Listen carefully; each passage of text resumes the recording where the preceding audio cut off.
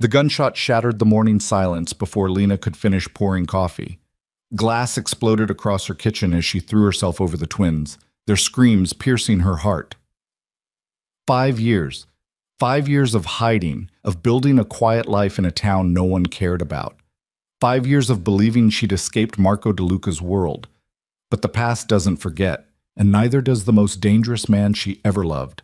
The children huddled beneath her weren't just hers anymore. They were his, and Marco's enemies had finally found what he didn't know he had. Leverage worth killing for. Thank you for watching. Please hit that like button and comment with your city below. I want to see how far this story reaches across the world. Now, let's begin.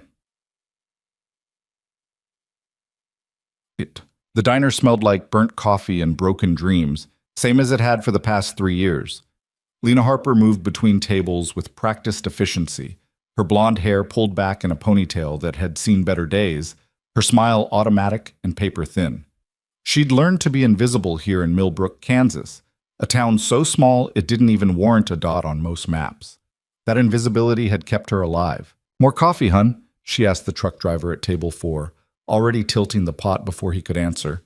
Her hands were steady, her voice warm. Nothing about her suggested that 5 years ago she'd been someone else entirely. Someone who'd worn designer dresses and diamonds, who'd slept in silk sheets in a penthouse overlooking the city, who'd loved a man so dangerous that even his name made grown men flinch. The driver nodded, barely looking up from his phone. Lena filled his cup and moved on, her eyes automatically scanning the room the way they always did. Old habit, dangerous habit. The kind of habit that marked you as someone who'd lived in a world where awareness meant survival. The bell above the door chimed. Lena's heart didn't skip. It never did anymore. She'd trained herself out of that particular weakness, but she should have paid attention. The man who walked in wore an expensive suit that had no business in a place like this. Charcoal gray, tailored to perfection, with shoes that probably cost more than Lena made in 6 months. He was tall, broad-shouldered, with dark hair touched with gray at the temples, and a face that could have been carved from granite. Lena's hands didn't shake as she grabbed a menu. They didn't. She wouldn't let them. "Sit anywhere you like," she called out, her voice steady. Normal. Just another customer in just another day. The man's eyes swept the diner with the cold efficiency of someone conducting surveillance. When his gaze landed on Lena, something flickered across his features. Recognition, perhaps, or calculation. He chose a booth near the window, settling in with the careful awareness of someone who always kept his back to the wall and his eyes on the exits. Lena approached with her order pad and her waitress smile. "What can I get you?" He looked up at her, and the world tilted. She knew those eyes, dark brown, almost black, with a hardness that came from seeing too much death. She'd seen them before, years ago, standing beside Marco at functions she'd tried to forget, meetings she'd pretended not to understand. "Coffee," the man said, his voice a low rumble. "Black." "Coming right up." Lena turned away before he could see the recognition in her own eyes, before he could notice the way her pulse had started hammering in her throat. She poured the coffee with hands that wanted to shake but didn't dare. When she brought it back to his table, he was looking at her again. Really looking. The kind of assessment that stripped away 5 years and a new life like they were nothing but tissue paper. "You look familiar," he said quietly.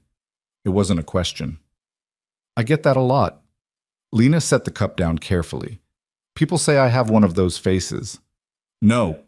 His hand moved to his inside pocket, and Lena's entire body went rigid. But he only pulled out his phone, his thumb moving across the screen with deliberate purpose.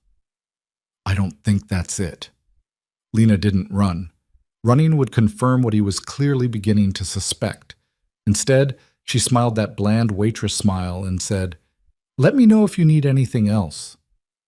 She walked away on legs that felt like water. In the kitchen, she leaned against the counter and forced herself to breathe.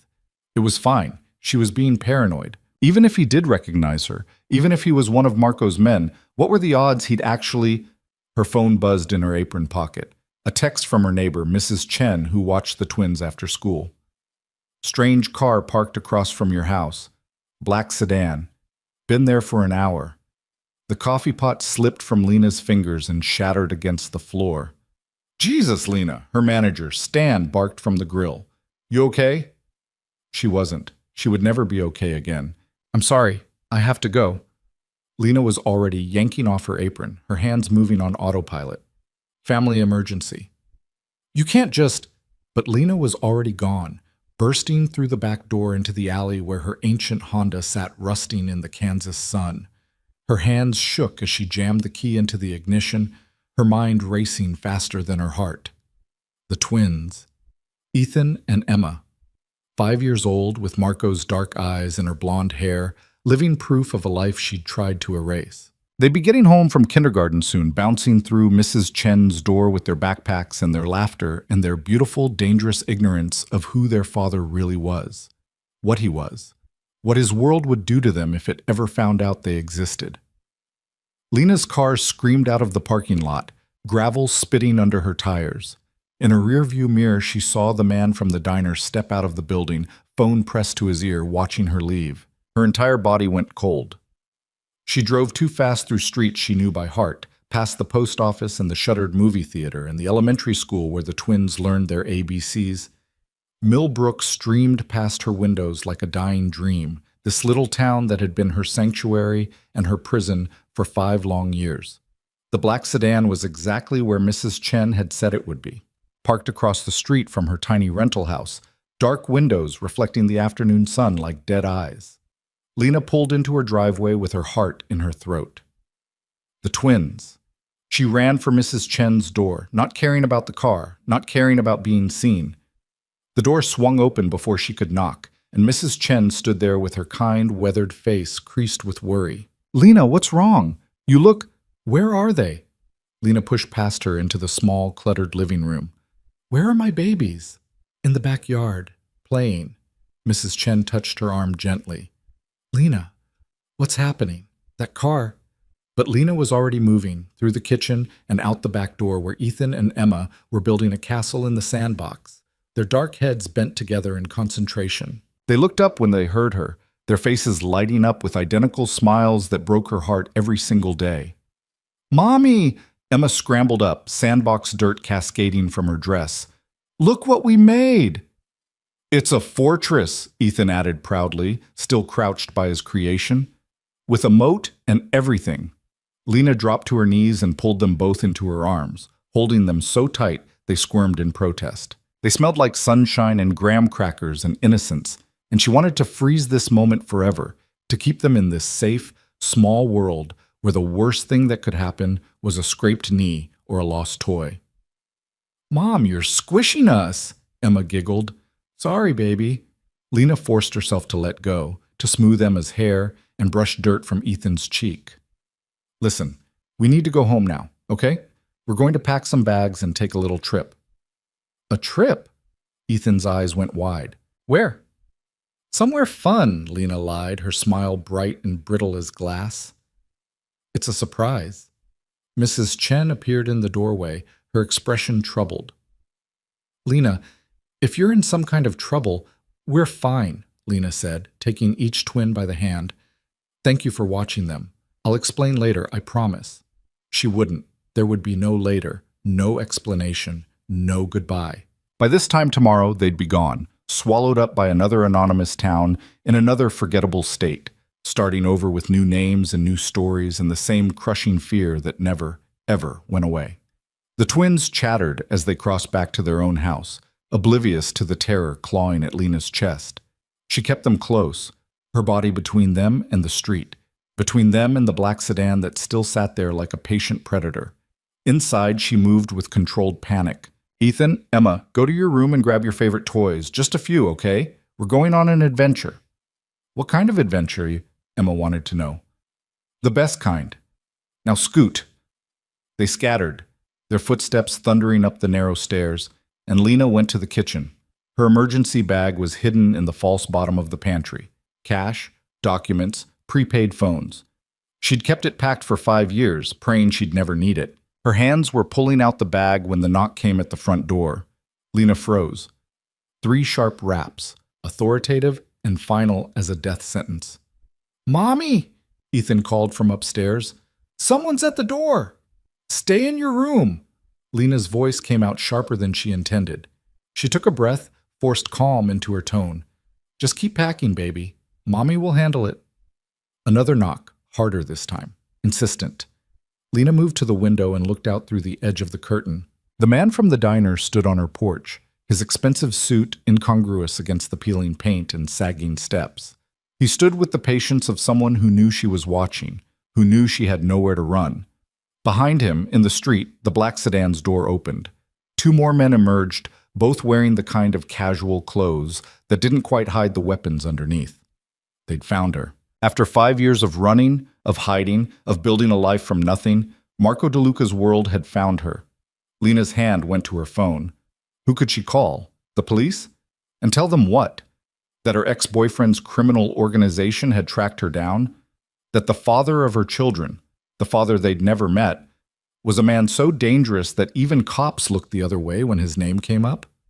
No, there was no help coming. There never had been. Another knock, followed by a voice. Mrs. Harper? We just want to talk. They knew her name. They knew where she lived, which meant they knew about the twins. Lena's entire world contracted to a single, terrible point. Protect them. Nothing else mattered. Not her fear, not her past, not even her life. Just Emma and Ethan, upstairs packing stuffed animals, innocent and perfect and hers. She opened the door a crack, keeping her body in the gap. I think you have the wrong house. The man from the diner smiled, but there was no warmth in it. I don't think so, Ms. Volkov. Lena's blood turned to ice. Volkov. Her real name, the one she'd buried along with everything else from her old life. I don't know what you're talking about. Lena Volkov, formerly employed as an art curator at the Metropolitan Museum, formerly residing at the Castellan Towers penthouse, formerly in a relationship with Marco DeLuca. The man's voice was clinical, reciting facts like a coroner reading a report. You disappeared 5 years ago.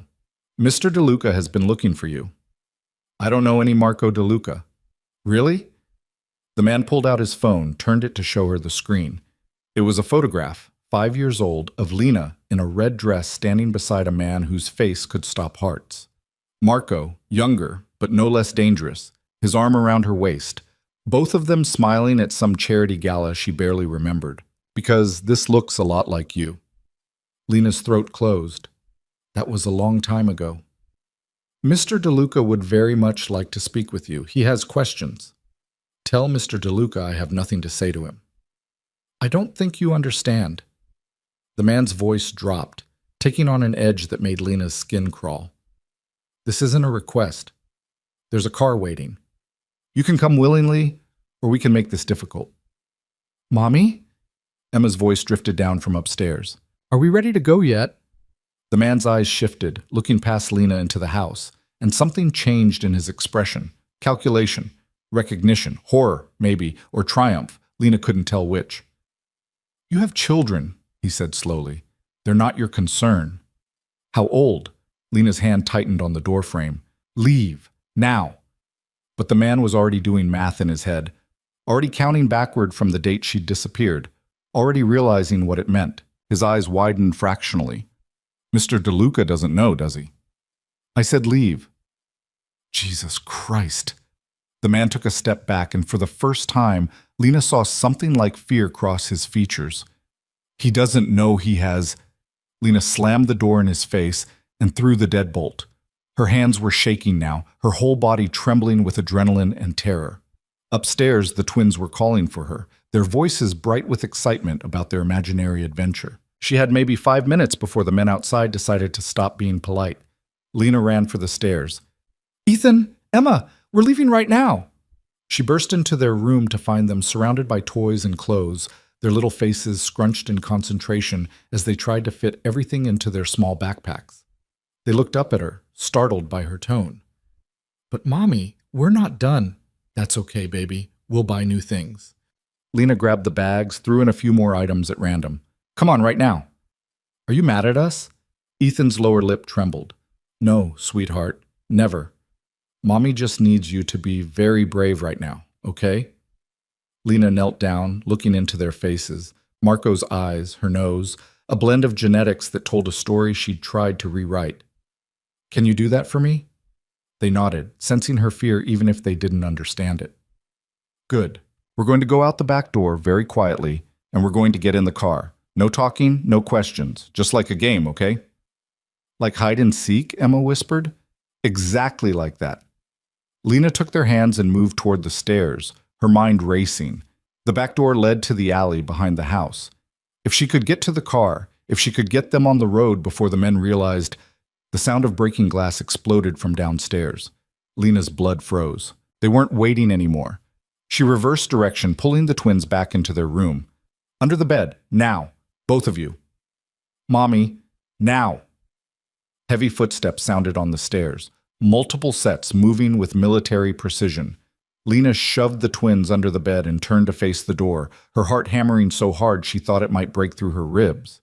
She had no weapons, no plan, nothing but her body between her children and whatever was coming through that door. The door swung open. The man from the diner stood there, flanked by his associates, and the look on his face was grim. Ms. Volkov, we need to go. Now. I'm not going anywhere with you. You don't have a choice. He stepped into the room, and Lena saw the gun at his hip, the way his hand hovered near it. Mr. DeLuca's orders. Marco can go to hell. Maybe, but you're still coming with us. His eyes swept the room, landing on the small shapes visible under the bed. Both of you. Don't touch them. Lena's voice came out low and dangerous, a mother bear protecting her cubs. Don't you dare touch my children. Mr. DeLuca's children, the man corrected, and he's going to want to meet them. He gave up that right when you ran? The man's expression hardened. When you disappeared without a word, carrying his children and let him think you were dead? When you robbed him of 5 years with his own kids? The words hit like bullets, each one finding its mark. Because he was right. She had run. She had stolen that time, made that choice, and she'd lived with the guilt of it every single day. But she'd also stayed alive. And so had her babies. He would have gotten them killed, Lena said quietly. His world, his enemies, they would have made the twins targets. I was protecting them. You were protecting yourself. Maybe that was true too. Maybe she'd been just as scared of Marco's love as she'd been of his violence, terrified of the way he consumed everything he touched, turned it dark and dangerous in his. Footsteps sounded from downstairs. Different footsteps, heavier, slower, with an authority that made the men around Lena straighten unconsciously. The man from the diner's phone buzzed. He looked at it, and something changed in his face. He's here. Lena's world stopped. No, she breathed. But it was too late. She heard him on the stairs, heard that familiar tread that had once made her heart race for entirely different reasons, heard the door to her children's bedroom open wider, heard the sharp intake of breath as Marco DeLuca saw her for the first time in 5 years. He looked exactly the same and completely different. Still tall, still devastatingly handsome, with dark hair and darker eyes, and a face that belonged on magazine covers or wanted posters. But there were new lines around his mouth, a hardness in his expression that hadn't been there before. He wore a black suit that probably cost more than her house, and he moved with the coiled power of a predator who'd finally cornered his prey. His eyes locked on Lena, and the world contracted to just the two of them. Lena. Her name on his lips was a prayer and an accusation, relief and rage all twisted together. She couldn't breathe, couldn't move. After 5 years of running from this moment, here it was, and she had no idea what to say. Marco's gaze swept over her, taking in the cheap waitress uniform, the small house, the life she'd built from scraps. 5 years, he said softly. I thought you were dead. I needed you to think that. Why? It was such a simple question. It deserved a simple answer. But there was nothing simple about why she'd run, why she'd hidden, why she'd kept the biggest secret of all. Marco took a step into the room, and his men shifted to let him pass. His eyes were still on Lena, searching her face for answers she didn't want to give. I looked everywhere, turned over every rock, called in every favor. I thought someone had taken you, killed you. Do you have any idea what that did to me? I'm sorry, Lena whispered, and meant it. Are you? Marco's voice went cold, the warmth draining out of it like water from a cracked glass. Because you look alive to me. You look like you've been living a whole life I knew nothing about. Under the bed, Lena heard a small sound, Ethan shifting, trying to see what was happening. Marco's head snapped toward the noise, his entire body going still. What was that? Nothing. Lena. Her name was a warning now. What was that? She could lie. She could try to protect them for just a few more seconds, keep them hidden and safe and hers. But Marco's lieutenant was already moving toward the bed, already reaching down, and Lena knew the moment of truth had arrived. Wait, she said desperately. Marco, wait, I can explain. But it was too late. The lieutenant was pulling back the bed skirt, revealing two small, terrified faces staring up at him with eyes the exact shade of Marco DeLuca's. The silence that fell was absolute. Marco went very, very still. Lena watched the realization move across his face like a wave. Shock, disbelief, recognition, rage, and something that might have been grief, all crashing together in a storm she'd caused. He moved forward slowly, like a man in a dream, and dropped to his knees beside the bed. The twins shrank back, pressing themselves against the wall, but Marco didn't reach for them. He just stared, his face draining of color. How old? His voice was barely a whisper. 5. 5. Marco's hands were shaking. Lena had seen him kill men without flinching, had watched him negotiate million-dollar deals without breaking a sweat, but now his hands shook like leaves in a storm. I have children. I have 5-year-old children, and you never told me. I was trying to protect them. From what? Marco's head whipped toward her, and the fury in his eyes was terrible to behold. From me? You thought I would hurt my own children? From your world, from the people who want you dead, who would use them as weapons against you. So instead you stole them. Marco's voice cracked on the word. You took my children, and you hid them from me, and you let me think. He stopped, his jaw working as he fought for control. You let me think I had nothing. Under the bed, Emma started to cry, soft, frightened sounds that broke Lena's heart. Marco's expression shifted immediately. He turned back to the children, and when he spoke again, his voice was gentle, impossibly gentle, coming from a man who'd built an empire on violence.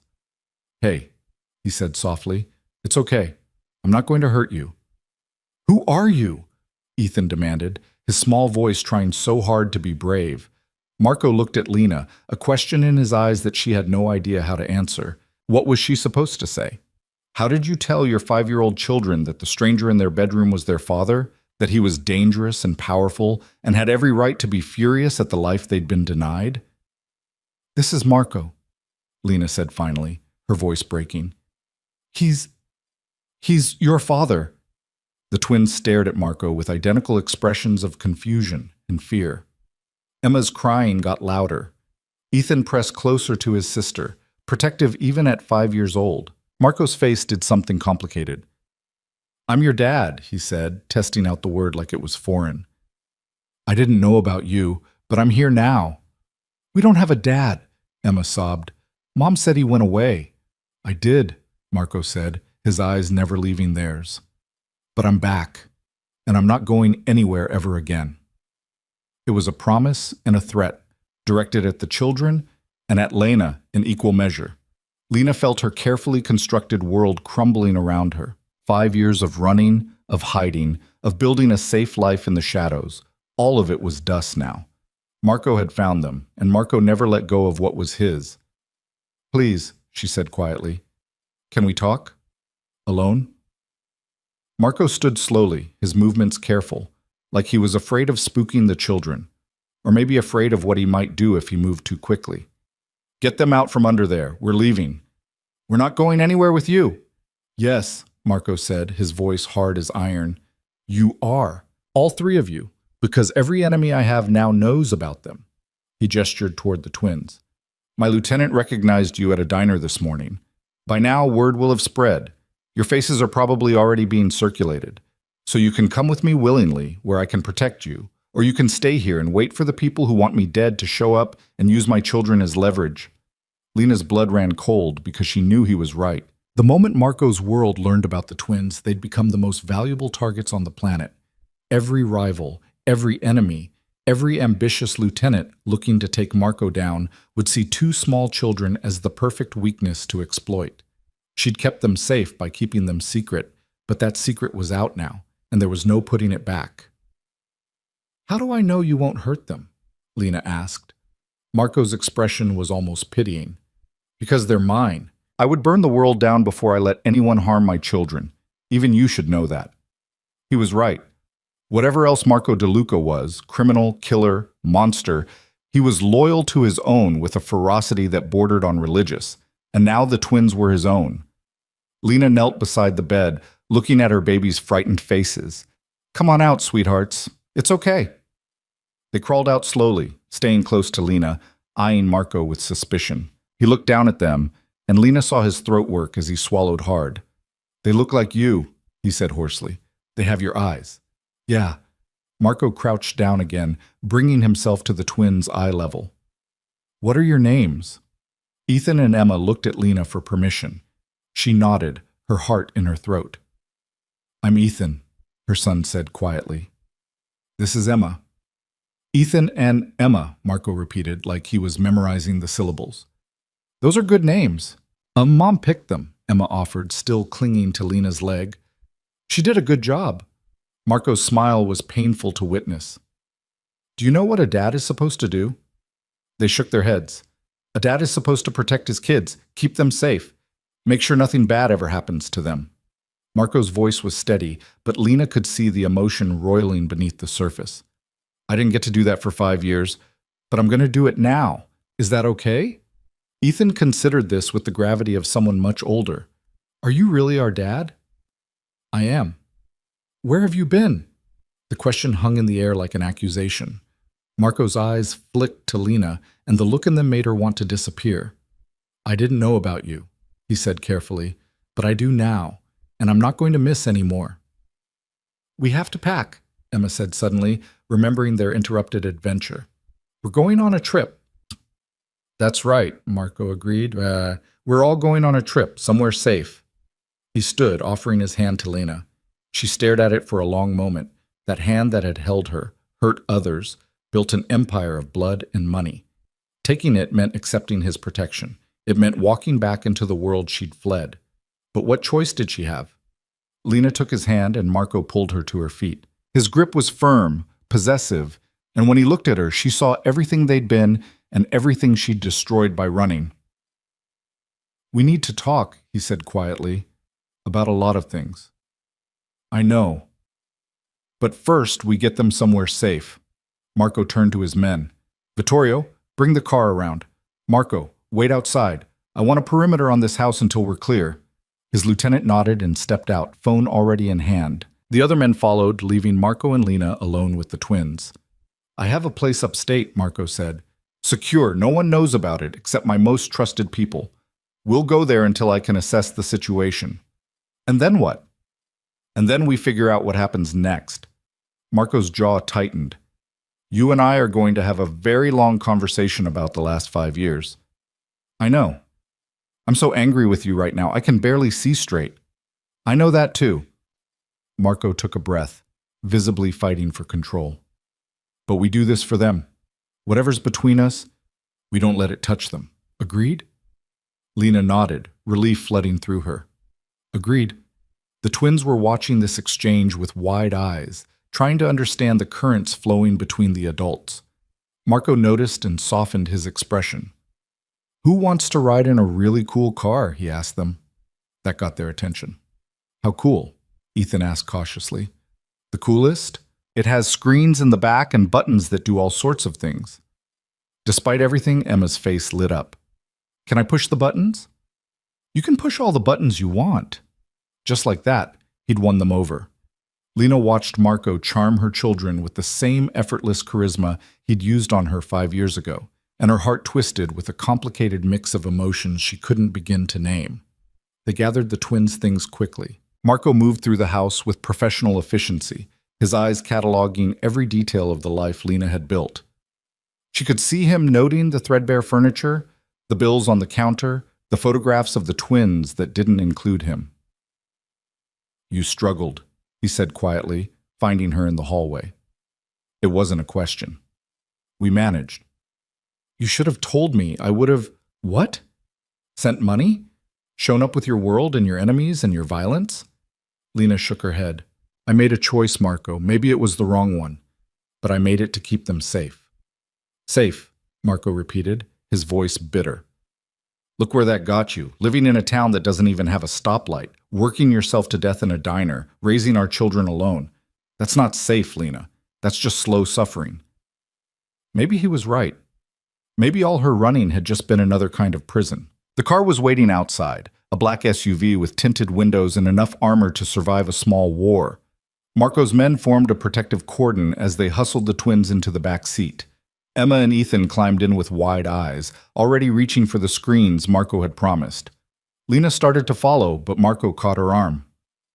I need you to understand something, he said, his voice low enough that only she could hear. What you did, taking them, hiding them, part of me wants to punish you for it, wants to make you feel even a fraction of what I felt when I thought you were gone. Lena's throat tightened. I know, but I won't because they need you and because... Marco's grip on her arm tightened fractionally. Because, despite everything, I still... He stopped, shook his head. Let her go. Just get in the car. Lena slid into the back seat beside her children, her heart pounding. Marco got in on the other side, sandwiching the twins between them. His presence filled the space, overwhelming and inescapable. The car pulled away from the curb, from the little house that had been their sanctuary, from the life Lena had tried so hard to build. In the rearview mirror, she watched Millbrook disappear, this forgettable town that had kept them hidden for 5 precious years. Emma leaned against her, warm and solid and trusting. On the other side, Ethan was staring at Marco with open curiosity, his fear beginning to give way to fascination. Marco stared back, and Lena saw him cataloging every detail, the shape of Ethan's face, the curl of Emma's hair, every similarity and difference that marked them as his. Why did you leave? Ethan asked suddenly. Marco's eyes cut to Lena, a clear warning. How do we answer this? She didn't know. How did you explain adult complications to children who still believed in fairy tales? Sometimes, Lena said carefully, grown-ups make mistakes. I was scared, and I ran away when I should have stayed. Were you scared of Dad? The question hung in the air. Marco waited for her answer, his expression unreadable. No, Lena said, and realized it was true. She'd never been afraid of Marco himself, only of his world, his enemies, the violence that followed him like a shadow. I was scared of other things, but I should have trusted your dad to protect us. Marco's hand found hers in the space between them, his fingers laced with hers, a gesture so familiar it made her heart ache. I'm going to protect you now, he said, speaking to all of them. All 3 of you. I promise. It was a promise that would cost him dearly, Lena knew. A promise that might drag them all down into the darkness. But as they drove toward whatever future awaited them, she found herself believing him anyway. Because Marco DeLuca always kept his promises, even when they burned the whole world down. The safe house sat like a fortress in the mountains, 3 hours north of anywhere that mattered. Lena watched through the SUV's tinted windows as they wound up a private road carved through dense forest. The kind of isolation that money could buy and paranoia demanded. Iron gates swung open at their approach, controlled by guards she couldn't see but knew were there. Marco's world had always been like this. Layers of security wrapped around layers of secrets, protection and imprisonment wearing the same face. The twins had fallen asleep an hour ago, Emma's head on Lena's lap, and Ethan curled against Marco's side like it was the most natural thing in the world. Marco had gone rigid when the boy first leaned into him, his hand hovering uncertainly before finally settling on Ethan's shoulder. Lena had watched the transformation on his face, wonder and terror, and something fierce that might have been love taking root in real time. Now, as the car pulled to a stop in front of a sprawling estate that looked more like a fortress than a home, Marco carefully extracted himself from Ethan's sleeping form. I'll carry him, he said quietly. Lena wanted to argue, wanted to maintain that barrier between Marco and her children, but the look on his face stopped her. He'd missed 5 years. 5 years of first steps and first words, of scraped knees and bedtime stories. She'd stolen all of that from him, and watching him lift Ethan with the careful reverence of someone holding something infinitely precious made guilt claw at her insides. She gathered Emma into her arms, and together they walked into the house. The interior was elegant but impersonal, decorated by someone with excellent taste and no emotional investment. Marble floors, expensive art, furniture that looked beautiful and uncomfortable. A woman in her 50s appeared from a side hallway, her silver hair pulled back in a neat bun, her expression professionally neutral. "Mr. DeLuca," she said with a slight nod, "the rooms are prepared." "Thank you, Maria." Marco adjusted his grip on Ethan, his movements awkward but determined. "This is Lena, and these are my children." Maria's eyes widened fractionally, the only crack in her professional composure. "I see. Welcome, Ms. Volkov. If you need anything at all, please let me know." She led them upstairs to a wing that had clearly been hastily prepared for children. 2 bedrooms with connecting doors, already equipped with beds and basic furniture, though lacking the personal touches that made a space feel lived in. Lena laid Emma down in one bed while Marco placed Ethan in the other, both of them tucking in their children with the synchronized awkwardness of strangers performing an intimate ritual. Emma stirred as Lena pulled the blanket up. "Mommy? I'm here, baby. Where are we?" "Somewhere safe. Go back to sleep." Emma's eyes drifted closed again, her breathing evening out. Lena smoothed her daughter's hair back and tried not to think about all the time she'd done this alone, in that tiny house in Millbrook, wondering if Marco was alive or dead, if he ever thought about her, if she'd made the right choice. She turned to find Marco standing in the doorway between the rooms, watching Ethan sleep with an expression that made her chest tight. "We need to talk," she said quietly. "Yeah." Marco didn't look away from his son. "We do." They left the children sleeping and moved downstairs to Marco's study. A room dominated by dark wood and darker secrets, the kind of space where empires were built and enemies were destroyed. Marco poured himself a scotch and offered one to Lena. She shook her head. "I need to stay clear-headed." "Suit yourself." Marco downed half the glass in one swallow, then set it down with careful control. 5 years, Lena. You owe me an explanation." She'd known this conversation was coming, had dreaded it every day for 5 years. Now that it was here, she didn't know where to start. "I was pregnant," she said finally. 3 months. You were in the middle of that war with the Kozlov family. People were dying every week. Your own second-in-command got shot in your living room while I was in the next room. Do you remember that?" Marco's jaw tightened. "I remember. I realized that night that I couldn't raise a child in that world, that any child of yours would be a target from the moment they were born. So I left. You could have told me. We could have figured something out." "Like what?" Lena's voice rose despite her efforts to stay calm. "You were never going to leave that life, Marco, and I was never going to watch our children grow up surrounded by violence, wondering every day if someone was going to use them to hurt you. So instead you let me think you were dead." Marco's control cracked, anger bleeding through. "I mourned you, Lena. I tore apart half the city looking for whoever took you. I killed people because I thought they might know something about what happened to you." The words hit like bullets. Lena had known, intellectually, that her disappearance would hurt him, but hearing it laid out like this, the destruction she'd caused, the blood spilled in her name, made her stomach turn. "I'm sorry," she whispered. "Sorry doesn't give me back 5 years with my children." "I know." Marco turned away, his hands gripping the edge of his desk hard enough that his knuckles went white. "When were you going to tell me? Ever? Or were you just going to let them grow up thinking their father abandoned them?" "I told them you went away, that you couldn't be with us." "That's almost worse." Marco's laugh was bitter. "At least abandonment is a choice. You made me a ghost." Lena moved closer, drawn by the pain in his voice despite everything. "I was trying to protect them. From me. From your world. There's a difference." "Is there?" Marco finally turned to face her, and the raw emotion in his eyes made her breath catch. "Because from where I'm standing, you didn't trust me to be their father.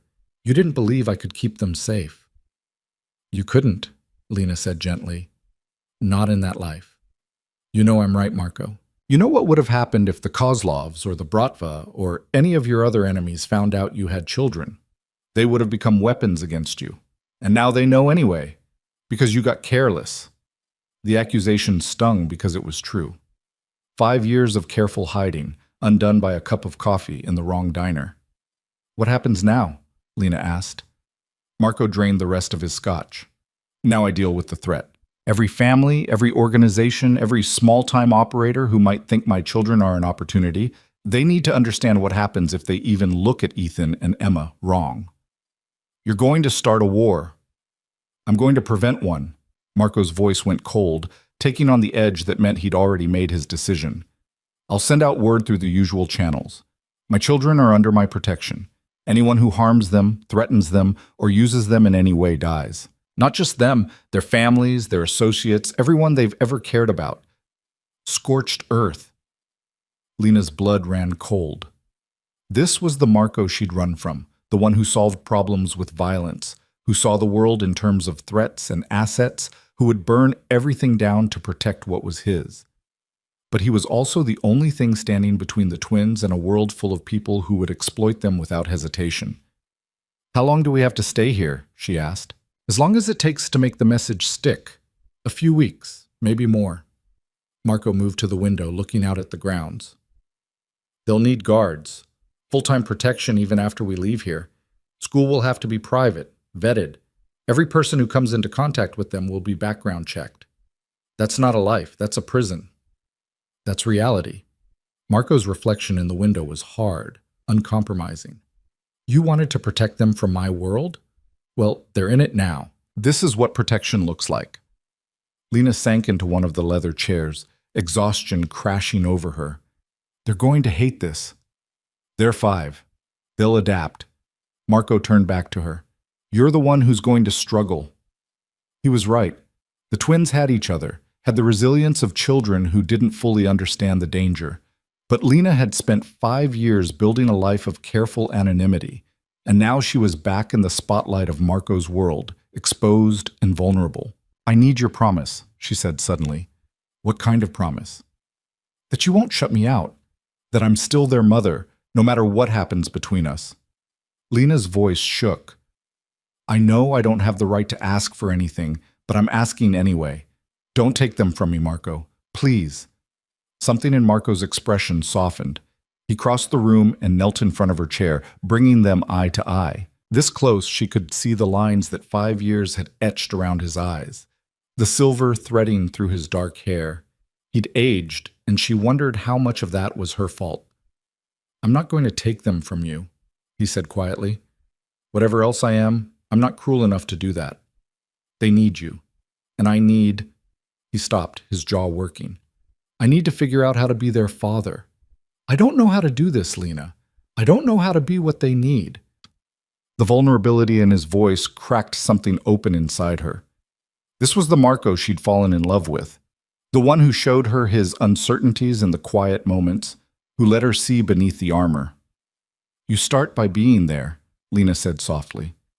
By showing up every day, by learning who they are. Will you help me?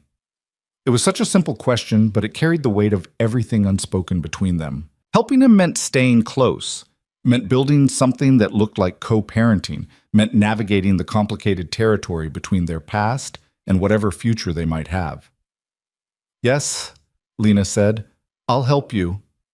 Marco's hand found hers, his thumb brushing over her knuckles. I missed you. Even when I was furious, even when I thought I hated you for leaving, I missed you every single day. Lena's throat tightened. Marco, I'm not saying this to manipulate you. I just need you to know. His eyes searched hers. 5 years, and I never stopped looking, never stopped hoping. Does that make me pathetic? It makes you human. I'm not sure I'm allowed to be human anymore. Lena reached up and touched his face, her fingers tracing the sharp line of his jaw. You're their father. That makes you human whether you like it or not. Marco leaned into her touch, his eyes closing briefly. When they opened again, they were full of a longing that made her heart ache. I want to kiss you. That's probably a bad idea. Most of my ideas are bad ideas. His lips curved into something that wasn't quite a smile. Hasn't stopped me yet. Marco, we can't just... I know all the reasons this is complicated. He pulled back, putting distance between them. But tell me you didn't feel it too. In the car, when you took my hand, tell me the last 5 years erased everything we were. Lena couldn't, because it would be a lie, and they'd already had too many lies between them. What we were doesn't matter, she said instead.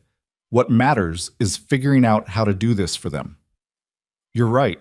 Marco stood, running a hand through his hair in frustration. You're absolutely right. The kids come first. A phone buzzed. Marco pulled it out, his expression darkening as he read the message. What is it? Kozlov. Marco's voice went flat, dangerous. He knows. He's already making moves. Lena's blood turned to ice. Viktor Kozlov had been Marco's enemy 5 years ago, the architect of the war that had driven her away. If he knew about the twins, what kind of moves? He's reaching out to smaller families, building alliances. He thinks he can use my children as leverage to force me out. Marco's jaw clenched. He's wrong. Marco, you can't. I can, and I will. He was already moving toward the door, his entire demeanor shifting into something cold and lethal. I'm calling a meeting. Every family head, every major player, they need to hear this directly from me. What are you going to tell them? Marco paused at the door, looking back at her. That my children are my line in the sand. Cross it, and I'll show them exactly why people fear my name. He left, and Lena was alone in the study with her racing thoughts and her pounding heart. This was what she'd run from, the casual way Marco spoke about violence, the ease with which he shifted from father to monster and back again. But it was also what would keep the twins safe. She went back upstairs to check on them. Both were still sleeping peacefully, unaware that their existence had already set dangerous wheels in motion. Lena sat in the chair between their rooms and watched them breathe. These perfect little humans she'd created and protected and loved with every fiber of her being. I'm sorry, she whispered to their sleeping forms. I'm so sorry I brought you into this. Morning came with pale sunlight filtering through expensive curtains. Lena woke to find Emma standing beside her chair, rubbing sleep from her eyes. Mommy, where are we? Hey, baby. Lena pulled Emma into her lap, breathing in the familiar scent of her daughter's hair. We're at your dad's house. The man from yesterday? Yes. Emma considered this. Is he nice? He's complicated, but he loves you very much. How can he love us? He just met us. It was such a perceptive question from someone so young. Lena struggled for an answer that would make sense to a 5-year-old mind. Sometimes love is like that, instant. The moment he saw you, he loved you. Like you loved us when we were born? Exactly like that. Ethan appeared in the doorway, his dark hair sticking up at odd angles. I'm hungry. Let's go find the kitchen. They ventured downstairs together, the twins clinging to Lena's hands. Maria appeared as if summoned, offering to make breakfast. Soon the kitchen filled with the smell of pancakes and bacon, and the twins were chattering away about the big house and the cool car and all the buttons they'd been promised they could push. Marco appeared in the doorway, freshly showered and dressed in dark slacks and a crisp white shirt. He looked tired, like he hadn't slept, but his face softened when he saw the twins. Good morning, he said carefully. Hi, Ethan responded through a mouthful of pancake. Don't talk with your mouth full, Lena corrected automatically. Your mom's right. Marco moved into the kitchen, accepting a cup of coffee from Maria. Can I sit with you? The twins looked at each other, conducting some silent sibling conversation, then nodded. Marco took the seat across from them, and Lena watched him try to navigate the simple act of sharing breakfast with his children. So, Marco said after a moment of awkward silence, what do you like to do for fun? We like building things, Ethan said, forts and castles and stuff. And I like drawing, Emma added. Mom says I'm really good. I bet you are. Marco's smile was genuine, if uncertain. Maybe later you can show me some of your drawings. Emma's face lit up. Really? Really. Just like that, another wall came down. Lena watched her daughter warm to Marco, saw Ethan studying his father with open curiosity, and felt the world shifting beneath her feet. This wasn't supposed to happen. She'd spent 5 years building a life where Marco didn't exist, where the twins were hers alone. But they were connecting with him, drawn to him the way she'd once been drawn to him, and there was nothing she could do to stop it. Worse, she wasn't sure she wanted to. I have to take care of some business today, Marco said, directing the comment to Lena. But I'll be back this evening. Maria will make sure you have everything you need. What kind of business? Lena asked quietly. The kind that keeps us all safe. He stood, finishing his coffee. Before he left, he paused by Emma's chair and carefully, tentatively, rested his hand on top of her head. Be good for your mom, okay? Okay, Dad. The word stopped him cold. Emma had said it so casually, like it was the most natural thing in the world, but Marco looked like he'd been struck by lightning. His hand trembled slightly before he pulled it away. I'll see you tonight, he managed, his voice rough. Lena followed him to the door. Marco, did you hear that? He turned to her and his eyes were bright with unshed tears. She called me Dad. I know. I didn't think... He stopped, gathering himself. I have to go. We'll talk later. He left in a convoy of black SUVs, surrounded by armed guards, and Lena watched from the window as her children's father went off to wage war in their name. The day passed in strange domesticity. Maria proved to be a gentle presence, showing the twins around the estate, producing art supplies and toys that appeared from nowhere. The house had a library, a game room, and grounds that stretched for acres. It was a gilded cage, but the twins were too young to see the bars. Lena tried to relax, but every car that passed on the distant road, every unfamiliar sound made her jump. She was surrounded by security, but it didn't feel safe. It felt like waiting for the hammer to fall. Evening came, and Marco returned looking grim but satisfied. He gathered them in the living room, Lena on one couch with Emma, Marco on another with Ethan naturally gravitating toward him. I've taken care of some things, Marco said. Sent messages to people who needed to hear them. You're safe here. For how long? Lena asked. As long as necessary. Marco's attention shifted to the twins. How was your day? Did Maria take good care of you? They launched into enthusiastic descriptions of everything they'd done, talking over each other in their excitement. Marco listened with an attention that was almost painful to witness, like he was trying to absorb every word, make up for 5 years of silence all at once. When they finally wound down, Marco said, I have something for you. Wait here. He disappeared and returned carrying 2 boxes. I didn't know what you'd like, so I got a few options. Inside were toys, high-end, expensive, the kind of things Lena could never afford. Building sets for Ethan, art supplies for Emma, and enough other items to fill a small store. This is too much, Lena protested. It's not enough.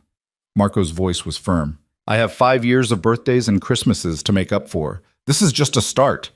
The twins dove into the boxes with delighted shrieks, and Lena watched her carefully budgeted life collide with Marco's world of excess. She wanted to be angry about it, about him buying their affection, but the joy on their faces made it impossible. That night, after the twins were in bed, Lena found Marco on the terrace, staring out at the dark woods. You're spoiling them, she said. I know. It's going to make things harder when we have to go back to normal. Marco turned to her, his expression unreadable in the dim light. What if we don't? Don't what? Go back to normal. What if this becomes normal? What if you stay? Lena's heart stuttered. Marco, I'm not asking you to be with me. I'm not stupid enough to think we can just pick up where we left off. He moved closer. But we have children together. They need both of us. And maybe we could make this work. A family, even if it's not the traditional kind. You're talking about shared custody. I'm talking about building something new, something better than what we had before.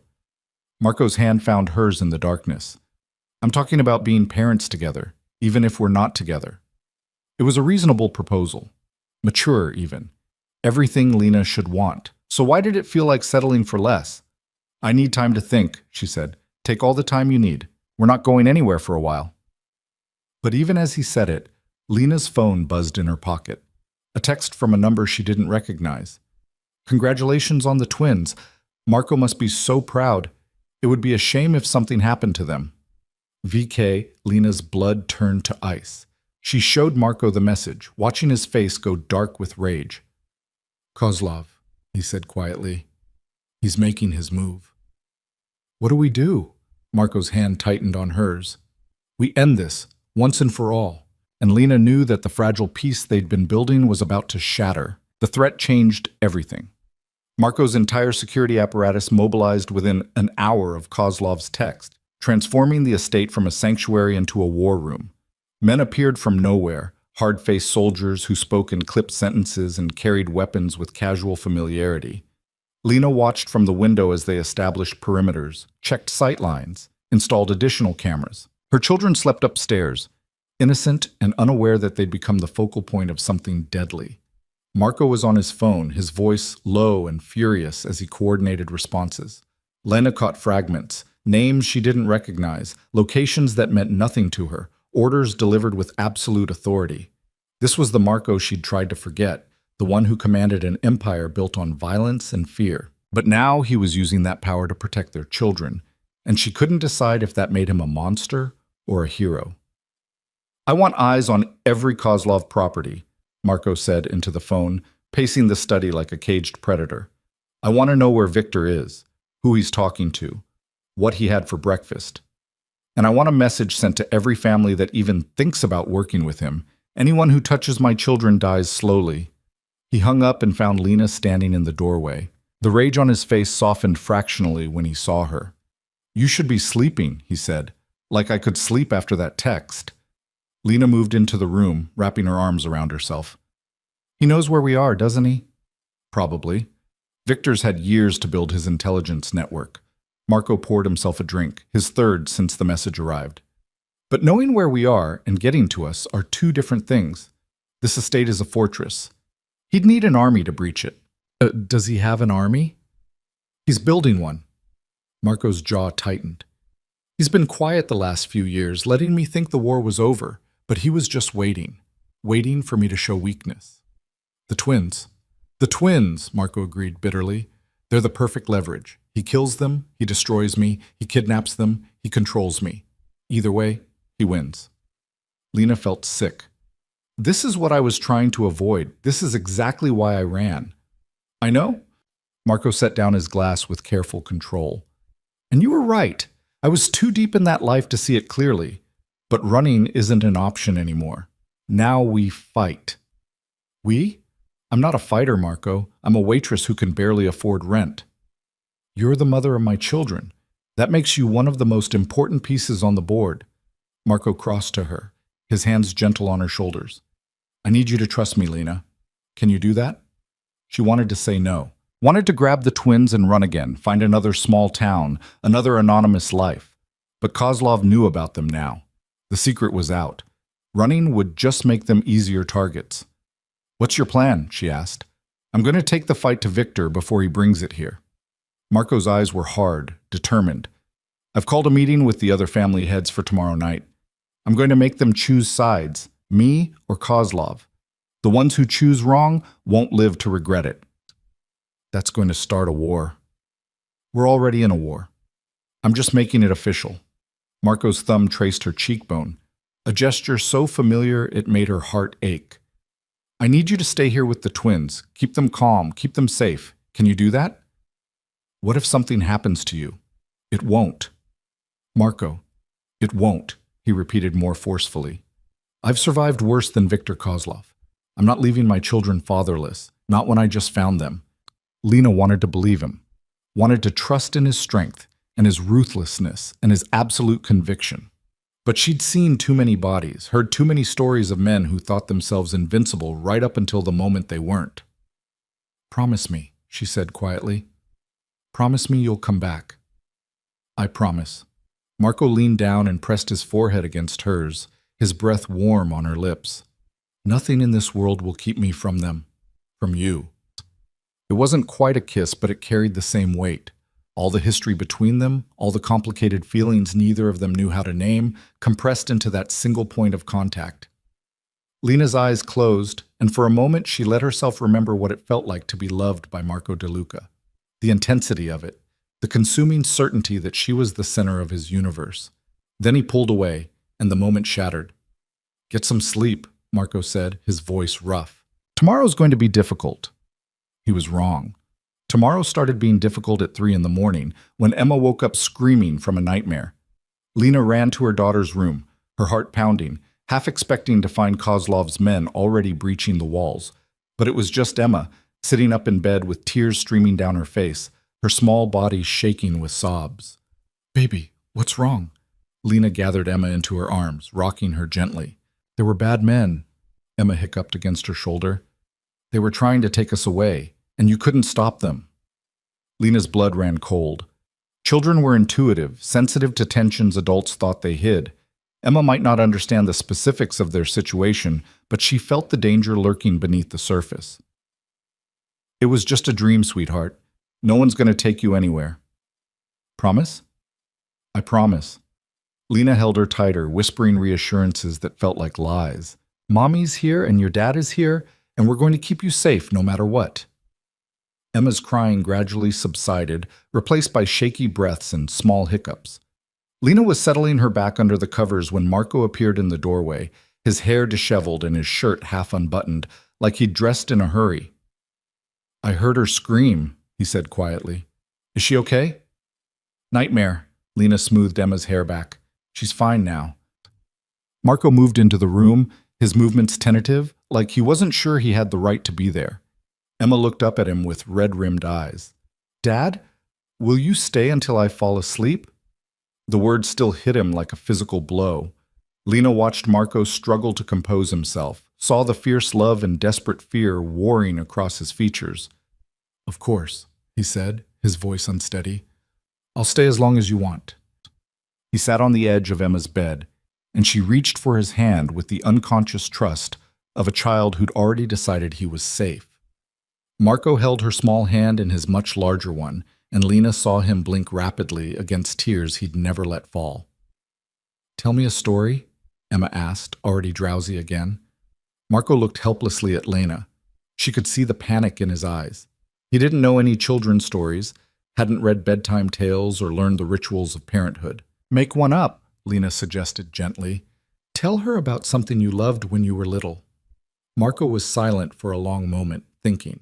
When he spoke, his voice was soft, almost dreamlike. When I was your age, my grandfather had a restaurant by the water. It wasn't fancy, just a small place with checkered tablecloths and the best pasta you've ever tasted. On Sundays, all the family would gather there, and Nonno would cook for hours, singing old Italian songs while the sauce simmered. Emma's eyes were already drooping, but she mumbled, What happened to it? It closed down a long time ago, but I remember how it felt to be there, safe and warm, with everyone I loved around me. Marco's thumb traced circles on Emma's palm. That's what I want for you and your brother. That feeling of being home. Are we home now? Emma asked sleepily. Marco's eyes met Lena's across the bed, the question hanging between them loaded with meaning. Yeah, baby, he said finally. You're home. Emma drifted off within minutes, her breathing evening out into the deep rhythm of sleep. But Marco didn't move, didn't let go of her hand. Lena watched him sit there in the dim light, this dangerous man brought to his knees by a 5-year-old's trust. You're good at this, she said softly. I'm terrified, Marco admitted. Every second, I'm terrified I'm going to do something wrong, say something that hurts them. I don't know how to be what they need. None of us do. We just figure it out as we go. You make it look easy. It's not. Lena moved around the bed to stand beside him. I've been doing this alone for 5 years, and I still second-guess every decision. Still wake up at night wondering if I'm screwing them up somehow. Marco finally looked at her. You're an amazing mother, Lena. They're lucky to have you. They deserve to have you too. Something shifted in Marco's expression. Hope, maybe, or determination. I'm going to make sure they get the chance. I'm going to end this thing with Kozlov, and then I'm going to figure out how to be the father they deserve. In that order? In that order. Marco carefully extracted his hand from Emma's, standing slowly so as not to wake her. Come on, let's let her sleep. They moved to the hallway, pulling the door mostly closed behind them. The house was silent around them. Everyone else asleep, just the two of them standing in the darkness like ghosts haunting their own past. I don't want to leave you tomorrow, Marco said abruptly. I don't want to walk into that meeting knowing Victor might make a move while I'm gone. Then don't go. I have to. If I show fear, if I hesitate, every enemy I have will see it as weakness. The only way to keep the twins safe long-term is to make an example of Victor. Show everyone what happens when they threaten my family. Lena knew he was right, but it didn't make the fear any easier to swallow. What if it's a trap? What if he's expecting you to come after him? Then I spring the trap and deal with the consequences. Marco's hand cupped her face, his touch achingly gentle. I've been doing this a long time, Lena. I know how to survive. So did a lot of dead men. Is that concern I hear? Do you actually care if something happens to me? Don't. Lena pulled away from his touch. Don't make this about us. This is about the twins. Is it? Marco challenged. Because from where I'm standing, this feels like it's about a lot more than just the twins. We can't do this right now. Then when? When are we going to talk about the fact that you still feel something for me? That I still feel something for you? It doesn't matter what we feel. Lena's voice rose slightly, then dropped as she remembered the sleeping children. We had our chance and it ended. We can't go back. I'm not trying to go back. I'm trying to go forward. Marco moved closer, backing her against the hallway wall. I know I don't deserve another chance. I know I've done terrible things, that my world is dark and violent and everything you ran from. But I also know that those kids in there deserve to have both their parents. And maybe we deserve a chance to figure out what that looks like. Lena's heart was racing, her body responding to his proximity in ways her mind said were dangerous. Marco, tell me you don't feel it. Tell me the last 5 years erased everything, and I'll back off. I'll give you all the space you need. She couldn't, because it would be a lie, and they'd had enough lies between them to last a lifetime. I feel it, she admitted quietly. But feeling something and acting on it are different things. We can't just pick up where we left off like nothing happened. I'm not asking for that. I'm asking for a chance to build something new, something better. While you're at war with Viktor Kozlov, while our children are targets, that's your idea of timing? Marco's laugh was bitter. My timing has always been shit. But yeah, right now, in the middle of this mess, that's what I'm asking. Because I don't know if we'll get another chance.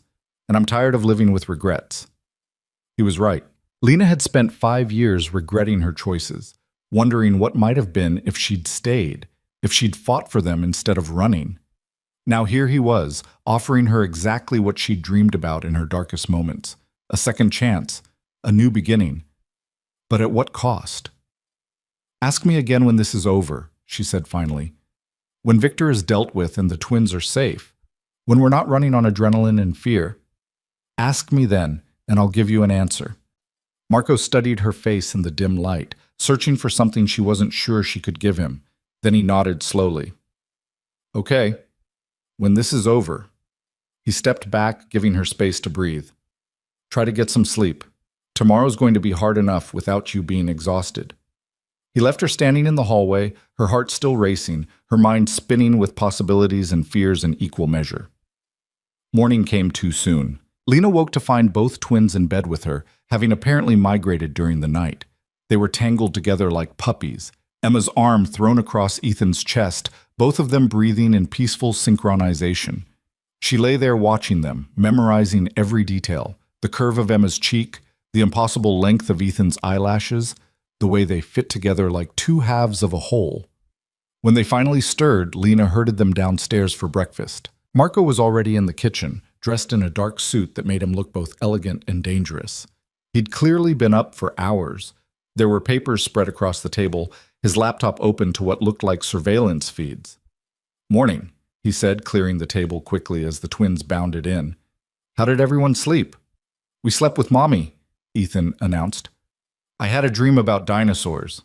Good dinosaurs or scary dinosaurs? Good ones. They were my friends. Marco smiled, genuine warmth breaking through his preoccupied expression. That's a much better dream than scary ones. They ate breakfast together, Marco fielding questions from the twins about everything from why the sky was blue to whether dragons were real.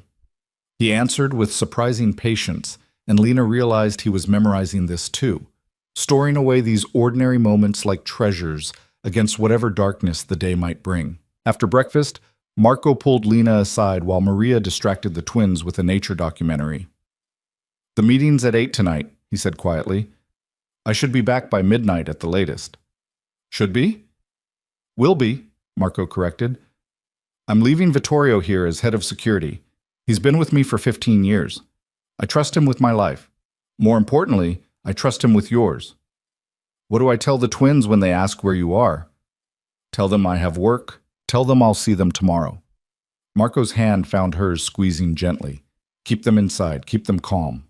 If anything feels wrong, anything at all, you get them to the panic room. Vittorio knows where it is. There's a panic room. There are 3. This house was designed for exactly this kind of situation. Marco's expression was grim. I'm hoping you won't need them, but I don't take chances with your safety. Lena nodded, her throat tight with fear she didn't want to voice. Be careful. Always. Marco hesitated, then leaned in and pressed a kiss to her forehead. I'll come back to you, I promise. He said goodbye to the twins with a casualness that belied the tension in his shoulders. Ethan got a hair ruffle and a promise to play catch when Marco returned. Emma got a hug that lasted just a beat too long, like Marco was trying to imprint the feeling of holding his daughter into his memory. Then he was gone.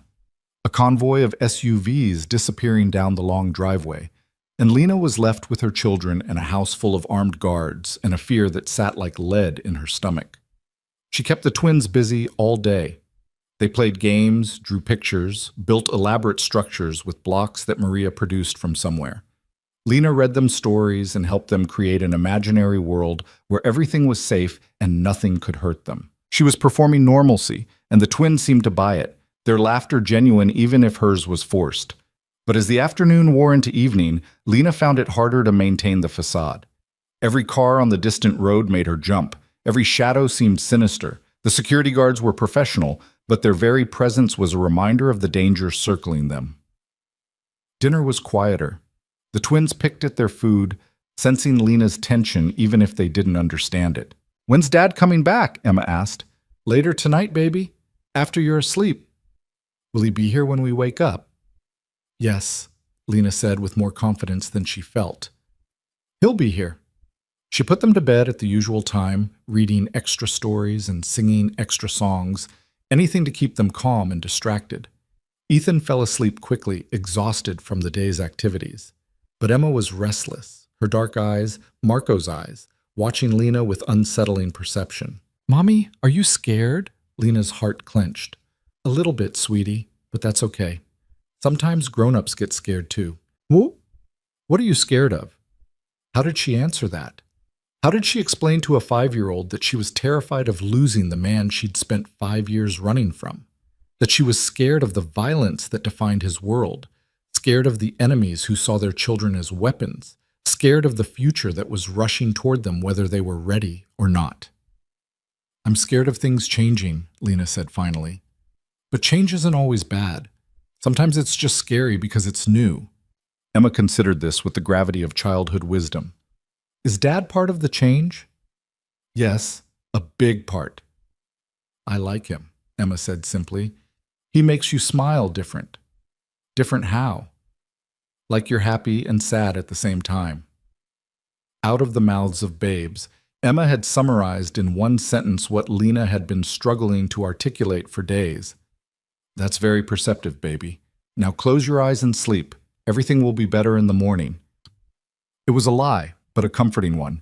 Emma's eyes drifted closed, and Lena sat with her until she was sure both twins were deeply asleep. Downstairs, she found Vittorio doing a security sweep. He was a bear of a man, 6.5 feet of muscle and tactical awareness, but his eyes were kind when he looked at her. Everything quiet? Lena asked. So far. Boss should be at the meeting by now. Vittorio checked his watch. Couple more hours and he'll be heading back. Do you think Victor will try something tonight? If he's smart, he won't. Marco made sure every entrance to that building is covered by our people. Victor would have to be suicidal to make a move there. And if he's not smart? Vittorio's expression hardened. Then we deal with it. That's what we're paid for. Lena poured herself a cup of coffee she didn't want and sat in the kitchen, watching the clock tick toward 8. She imagined Marco walking into that meeting. Imagined the other family heads watching him with calculating eyes, weighing loyalty against opportunity. Victor would be there, smiling his cold smile, playing whatever game he'd planned. The night stretched on. 8 became 9, then 10. Lena tried to read but couldn't focus, tried to watch television, but the noise felt intrusive. She ended up back at the window, staring out at the dark grounds, waiting for headlights that didn't come. At 11:30, her phone rang. Lena's heart stopped when she saw it was Marco's number. He shouldn't be calling. He should be in the car, driving home, safe and whole and alive. Marco? Lena. His voice was tight with pain. There's been a complication. What kind of complication? Are you hurt? Victor made his move. We were ready for it, but... Marco's breath hitched. It got messy. I'm okay, but I'm going to be later than expected. How much later? I don't know. Few hours, maybe. I need to clean up this mess. Voices shouted in the background, urgent and angry. Listen, I need you to stay alert. This might have been a distraction. Victor might try something at the estate while I'm tied up here. Lena's blood turned to ice. You think he's coming here? I think it's possible. I'm sending additional security your way, but they won't arrive for at least an hour. Marco's voice was strained. Get the twins to the panic room. Do it now. Marco. Now, Lena. The fear in his voice was what convinced her. Marco DeLuca didn't scare easily. Vittorio knows the protocol. Let him handle this. Just keep our children safe. The line went dead. Lena ran for the stairs, her heart pounding so hard she could barely breathe. She burst into the twins' room to find them still sleeping peacefully, unaware that their world was about to explode again. Babies, wake up. Lena shook them gently. We need to go on another adventure. Emma blinked awake, confused. Mommy, it's nighttime. I know, sweetheart, but we need to move right now. Ethan sat up, rubbing his eyes. Where's Dad? He'll meet us later. Come on, both of you. Quickly now. She hurried them out of bed, not bothering with shoes or proper clothes. Vittorio appeared in the hallway, his expression grim. Boss called you too? He said panic room. This way. Vittorio led them through the house at a near run, the twins struggling to keep up. They went down a hallway Lena had never noticed, through a door disguised as a bookshelf, down a set of stairs that descended into reinforced concrete. The panic room was surprisingly large, more of a panic apartment, really. It had beds, a bathroom, food and water supplies, and monitors showing feeds from every security camera on the property. Stay here, Vittorio ordered. Don't open this door for anyone but me or the boss. Understand? What's happening? Lena demanded. Hopefully nothing. But if Kozlov's people are coming, they'll have to go through me first. He left, the heavy steel door swinging shut with a finality that made Lena's stomach drop. The electronic lock engaged with a series of clicks and beeps, and then they were sealed in, safe but trapped. The twins huddled against Lena on one of the beds, their earlier sleepiness replaced by fear. On the monitors, Lena watched Vittorio and his team take up defensive positions throughout the house. They moved with military precision, checking weapons, securing entry points, preparing for war. Mommy, I'm scared, Emma whimpered. Me too, baby, but we're safe down here. Nobody can hurt us. Where's Dad? He's on his way. He'll be here soon. Please let that be true, Lena prayed to whatever deity might be listening. Please let him come home. On the monitors, she saw the first signs of trouble. Headlights approaching on the access road, moving too fast. Too many vehicles for a casual visit. Vittorio's voice came through an intercom, calm but urgent. We have incoming. 6 vehicles, heavy armament. This is not a drill. Lena pulled the twins closer, her heart racing. Through the cameras, she watched as the vehicles surrounded the estate, men pouring out with weapons drawn. They weren't even trying to be subtle. This was an all-out assault. Gunfire erupted. The monitors showed muzzle flashes in the darkness. Marco's security team engaging the attackers. Lena covered the twins' ears, but they could still hear the distant thunder of automatic weapons, the sharp crack of rifles, the boom of something that might have been an explosion. What's happening? Ethan shouted over the noise. The good guys are protecting us from the bad guys, Lena managed. Just like in your video games, but real. It was a terrible explanation, but it was all she had. The firefight lasted minutes that felt like hours. Lena watched men fall on both sides, watched Vittorio coordinate his defense with brutal efficiency. The attackers tried multiple entry points, but Marco's people held them off at every turn. Then the monitors showing the north entrance went dark. Lena's breath caught. That shouldn't happen. The cameras had backup power, redundant systems. The only way they'd go dark was if someone deliberately disabled them, which meant someone had breached the perimeter. Footsteps sounded above them, heavy and multiple.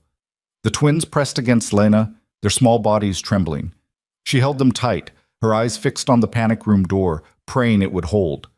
More gunfire, closer now, shouting in languages Lena didn't understand. Then silence, sudden and absolute. The intercom crackled to life. "Mrs. DeLuca?" An unfamiliar voice, accented and cold. "I know you're down there. I know you have Marco's children with you. Be smart, open the door, and I promise no harm will come to them." Lena's blood turned to ice. Victor Kozlov. It had to be. "Mom?" Emma whispered. "Who is that?" "Nobody important, baby. We're not opening that door." "Mrs. DeLuca," the voice continued.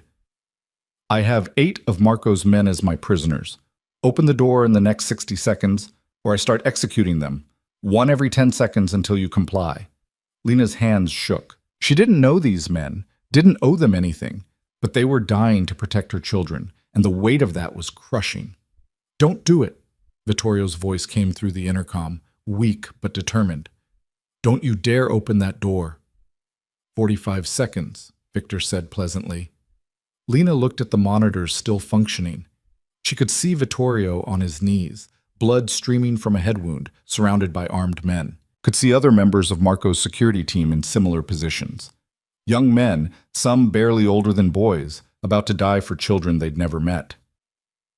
30 seconds. "Mommy?" Emma's voice was small, terrified. "Are people going to get hurt because of us?" "Yes," Lena wanted to say. "People are going to die because you exist, because your father is who he is, because his world is violence and blood and sacrifice." But she couldn't say that to a 5-year-old. 15 seconds, Mrs. DeLuca. I'm a patient man, but my patience has limits. Lena's hand moved toward the door controls. She couldn't let people die for her. She couldn't. Gunfire erupted again, sudden and overwhelming. The monitors showed a new group of vehicles screaming onto the property, men pouring out with military precision, Marco's reinforcements arriving exactly when needed. The attack collapsed within minutes. Victor's men scattered, running for their vehicles, leaving their dead and wounded behind. On the monitor, Lena saw Vittorio freed by one of the new arrivals, saw him pointing urgently toward the house. Then she saw Marco himself, striding through the chaos like an avenging angel, his suit torn and bloodied, his face a mask of cold fury. He was barking orders, coordinating the cleanup, and even through the grainy security footage, Lena could see the barely controlled rage radiating from him. He came for the panic room at a run. Lena heard his voice through the door, tight with fear and desperation. "Lena, open up! It's me!" She scrambled for the controls, her hands shaking so badly she could barely work them. The locks disengaged, and Marco burst through the door like a man possessed. His eyes found the twins first, cataloging them for injuries, confirming they were whole. Then he looked at Lena, and the naked relief on his face stole her breath. "You're okay," he said, more prayer than statement. "You're all okay." "We're fine." Lena stood on shaky legs. "Marco, what?" He crossed the room in 3 strides and pulled her into his arms, holding her so tight she could barely breathe. The twins pressed between them, and they stood there in the panic room surrounded by the evidence of violence, holding on to each other like they were the only solid things in a world gone mad. "I thought I'd lost you," Marco said into her hair. "I thought Victor had gotten to you and We're okay," Lena repeated. "Vittorio kept us safe." "Vittorio's in bad shape, but he'll live." Marco pulled back, his hands framing Lena's face. "Victor got away. He's going to keep coming until I end this." "Then end it." The words surprised them both, but Lena meant them. She was done running, done hiding, done living in fear. If Marco's world was their world now, then she'd face it head on. "I will," Marco promised. "Tonight was the last time Victor threatens my family. I'm going to make sure of it." Emma tugged on his torn jacket. "Dad? Are the bad guys gone?" Marco knelt down, bringing himself to her level. "For now, baby, but Daddy's going to make sure they never come back, okay? You promise?" "I promise." Marco looked up at Lena, his eyes hard with determination. "All of you, Get some rest. Tomorrow, we end this war. Rest was impossible. The twins finally fell asleep sometime after 3 in the morning, exhausted by fear and adrenaline, their small bodies curled together in one of the panic room beds. Lena sat watching them, her mind replaying the attack in an endless loop. The gunfire, Victor's cold voice over the intercom, the terrible choice she'd almost made.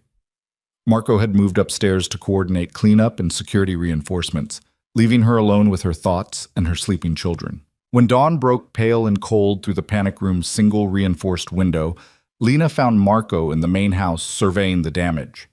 Bullet holes pocked the walls, windows were shattered, blood stained the marble floors in dark pools that cleaning crews were working to erase. The evidence of violence was everywhere, impossible to ignore or forget.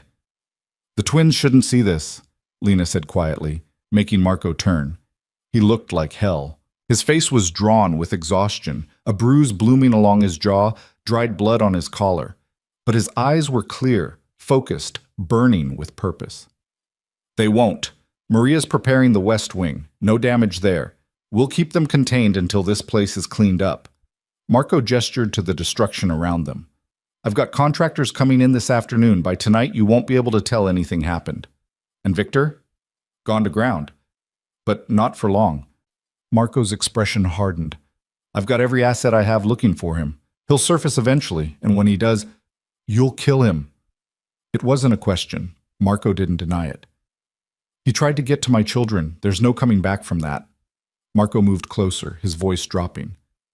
"I need you to understand something, Lena. What I'm about to do, what I have to do, it's going to be brutal. It's going to be everything you ran from 5 years ago. If you want to take the twins somewhere else while I handle this, I'll arrange it. I'll make sure you're protected, that you're safe. But I won't blame you for not wanting to be here." Lena looked at the man she'd loved and left, the father of her children, the killer who would slaughter his enemies to keep them safe. 5 years ago, she would have run, would have grabbed the twins and disappeared into another anonymous life, pretending Marco's darkness couldn't touch them. But last night had taught her the futility of running. Victor had found them once. Others would find them again. The only real safety lay in eliminating the threat entirely, and Marco was the only one who could do that. "We stay," she said firmly. "The twins and I, we're staying here with you." Something flickered across Marco's face, relief, maybe, or gratitude. "You're sure?" "I'm sure, but I have conditions." "Name them." "When this is over, when Victor is dead, and the threat is gone, we talk. Really talk about what happens next, what kind of life we're going to build for them." Lena held his gaze. "Because I won't raise them in constant fear, Marco. I won't let them grow up thinking violence is the only answer to every problem." "I know. I don't want that for them either." Marco's hand found hers, his grip warm and solid. "I'm going to get out, Lena. Maybe not all at once, but I'm going to transition into legitimate business. I've been laying groundwork for years. Real estate, construction, investments. The illegal side can be phased out." "Can it?" "Men like you don't just walk away from that life. Men like me also don't usually have children to live for." Marco's thumb traced circles on her palm. "I spent 5 years thinking you were dead, thinking I'd lost the only good thing in my life. Now I've got you back, and I've got 2 kids who deserve better than a father who's constantly looking over his shoulder. That's motivation enough to change." Lena wanted to believe him, wanted to trust that Marco could transform himself, shed the violence like an old skin, and emerge as someone new. But she'd seen too much, knew too well how his world worked. Men didn't leave Marco's life, they died in it. "Just promise me one thing," she said. "Anything. Promise me you'll come back. After you go after Victor, after you do what you have to do, promise me you'll come back to us alive." Marco pulled her close, his arms wrapping around her like he could shield her from the world through sheer will. "I'll come back. I've got too much to live for now to do anything stupid." They stood like that for a long moment, holding each other amid the wreckage. And Lena let herself remember what it felt like to be protected by Marco DeLuca's strength, instead of threatened by it. The day passed in strange domesticity, punctuated by preparation for war. Marco's people worked around them, cleaning the damage, installing new security measures, preparing for whatever came next. The twins were confined to the West Wing, blissfully unaware of the bullet holes being patched and the blood being scrubbed away. They played with the expensive toys Marco kept producing, watched movies on the enormous television, and seemed to accept the lockdown as just another adventure. Lena envied their resilience. At 5 years old, they could bounce back from trauma that would scar adults permanently. Emma's nightmare from the night before was already fading, replaced by excitement over the indoor treasure hunt Maria had organized. Ethan was building increasingly elaborate block towers, each one taller than the last, his fear transmuted into creativity. Marco joined them for lunch, looking slightly more human after a shower and fresh clothes. He'd shaved, covered the bruise with what Lena suspected was makeup, and presented himself to his children as if nothing had happened. They greeted him with hugs and chatter, showing him their morning's accomplishments with the unselfconscious pride of children who'd decided he was safe to love. "Look, Dad, I built the tallest tower ever." Ethan gestured proudly to a structure that reached his shoulder. "That's incredible, buddy. You're a natural engineer." Marco knelt beside the tower, examining it with genuine interest. "See how you distributed the weight here? That's what keeps it stable." "Really? Really? My grandfather used to build things too. He would have loved seeing this." Emma climbed into Marco's lap uninvited, her picture book in hand. "Will you read to me?" "Of course." Marco settled her against his chest, opening the book with careful reverence. His voice was gentle as he read about talking animals and magical forests, and Lena watched father and daughter bond over a story, watched Marco discover the simple joy of being needed by someone who thought he hung the moon. When the story ended, Emma tilted her head back to look up at him. "Dad, why do you have to go away again?" Marco's expression tightened fractionally. "I have some work to finish, baby, but I'll be back before you know it." "Dangerous work?" The perception of children was terrifying sometimes. Marco glanced at Lena, silently asking how much truth to tell. "A little bit dangerous," Lena said carefully, "but your dad is very good at his job and he's going to be very careful." "I don't want you to go," Emma said, her small voice wobbling. "What if the bad men come back?" Marco set the book aside and gathered Emma fully into his arms, holding her with the fierce protectiveness of someone who'd kill to keep her safe. "Listen to me, sweetheart. The bad men aren't going to come back here. Mommy and I won't let them. And the reason I have to go is to make sure they never bother us again, understand? You're going to fight them?" "I'm going to make them go away." It was a euphemism, but Emma seemed satisfied. She snuggled closer, content in his arms, trusting that he would handle the monsters. Ethan had been listening from his position by the tower. "Are you like a superhero?" he asked suddenly. Marco's laugh was surprised and slightly bitter. "No, buddy, I'm not a hero." "But you protect people. That's what heroes do." "Sometimes protecting people means doing things that aren't very heroic." Marco's eyes found Lena's across the room. "Sometimes it means making hard choices." "Mom makes hard choices all the time," Ethan said matter-of-factly. "Like when she makes us eat vegetables even though we don't want to. She says it's because she loves us." The simple wisdom of childhood. Marco's smile was genuine now, touched with wonder. "Your mom is a very smart lady." "The smartest," Emma agreed loyally. They spent the afternoon together, a stolen pocket of normalcy before the storm. Marco taught Ethan about structural engineering through block towers. Lena and Emma made a mess in the kitchen attempting cookies that Maria eventually had to rescue. They ate dinner as a family, the four of them around the table, and for a few hours Lena could almost pretend they were normal people, living a normal life. But reality came calling as the sun set. Marco's phone rang with increasing frequency, updates from his people about Victor's location, about alliances shifting, about opportunities narrowing. Finally, as the twins were finishing dessert, Marco stood. "I have to go," he said quietly. The twins' faces fell. Emma's lower lip trembled. "But you said you'd put us to bed." "I know, baby. I'm sorry." Marco crouched beside her chair.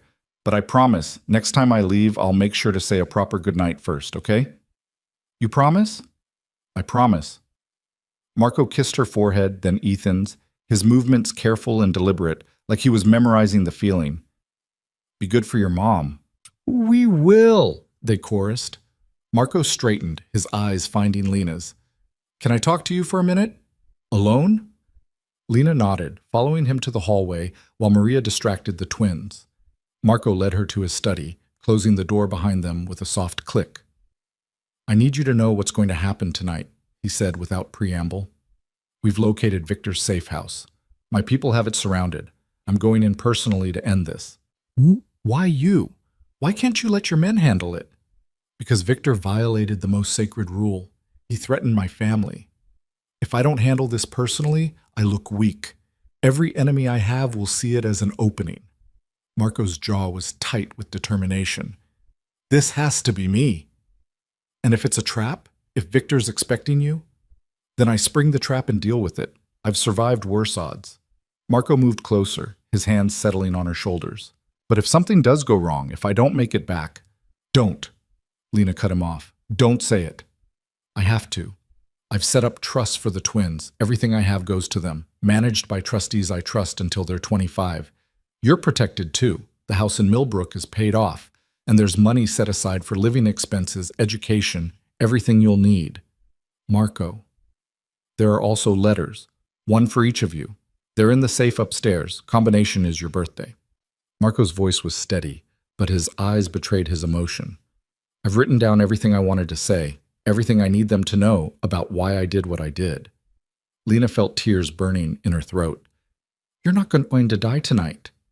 "Probably not, but I've been doing this long enough to know that every time could be the last time. I need to be prepared." Marco pulled her closer, his forehead resting against hers. "I need you to promise me something."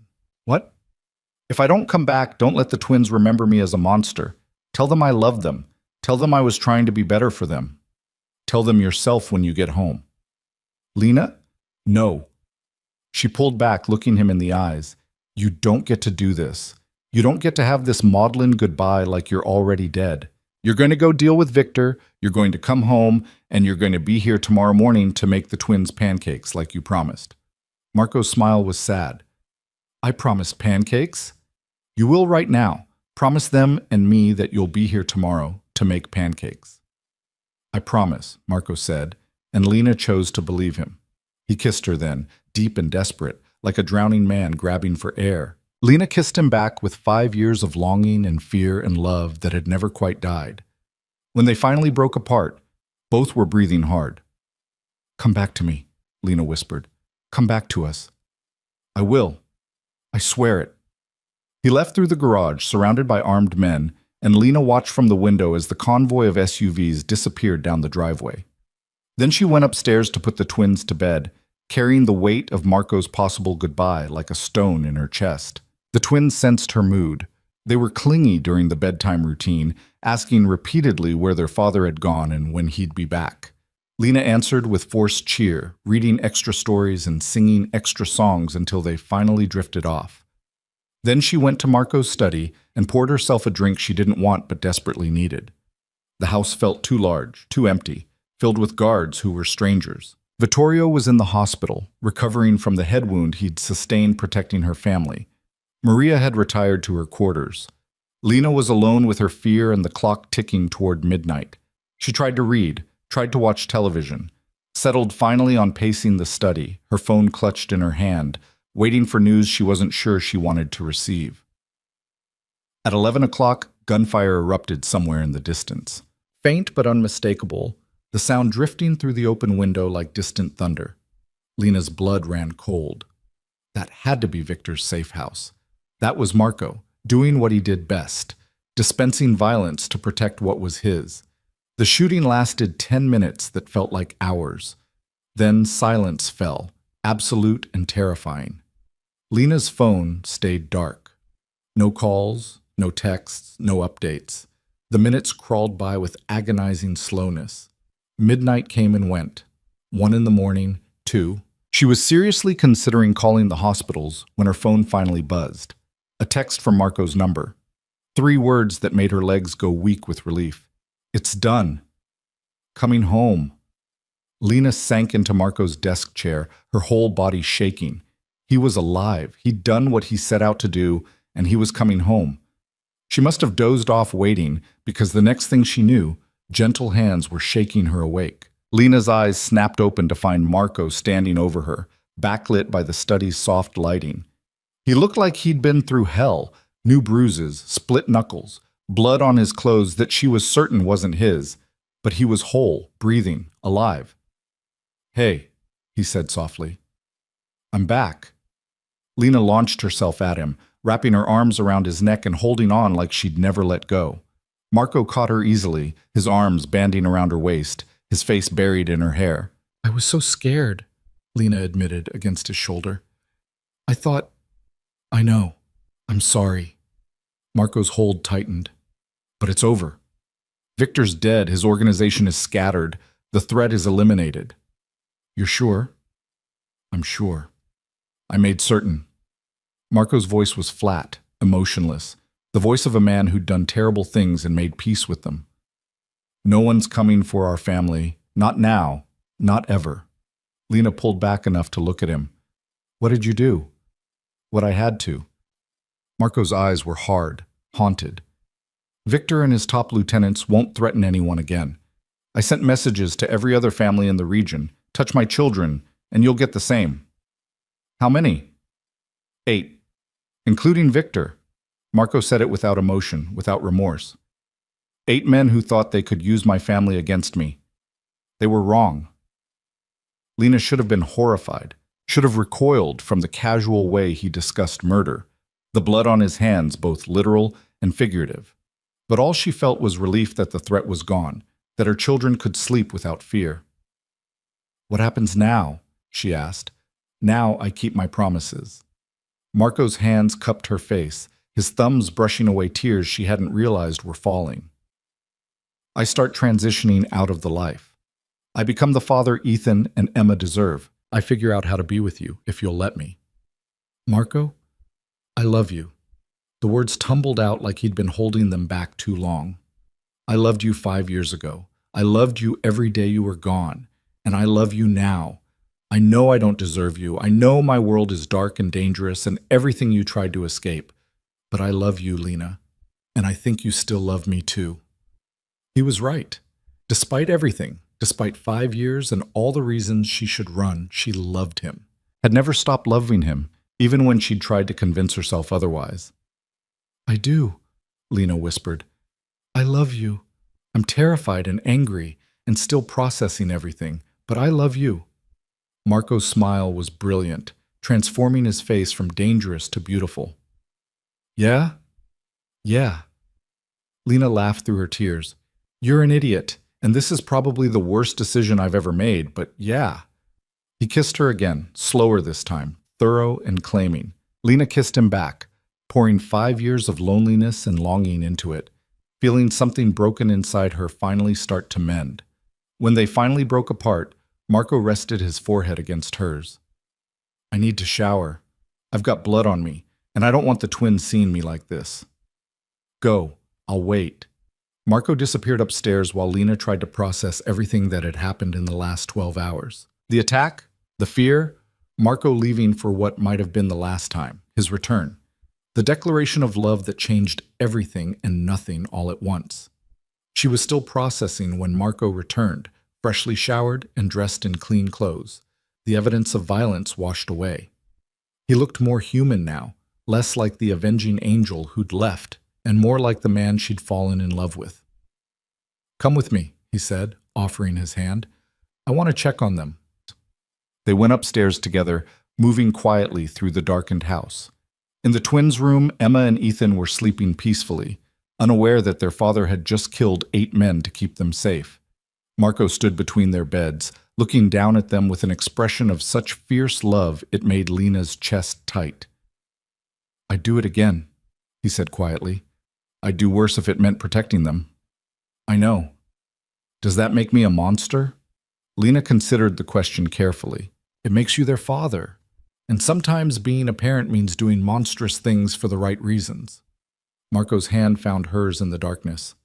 "I'm going to be better for them. Starting tomorrow, I'm going to start making changes.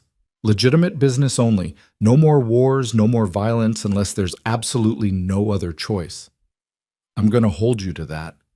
I'm counting on it." Marco pulled her closer, his arm around her waist. "I want to build something real with you, Lena. A family, A life, a future where the twins don't have to be afraid. That's a big promise. I'm good at keeping my promises. Marco turned to face her fully. Move in with me, not here, somewhere new, somewhere that's ours. A house where the twins can grow up normal, go to good schools, have friends, play sports.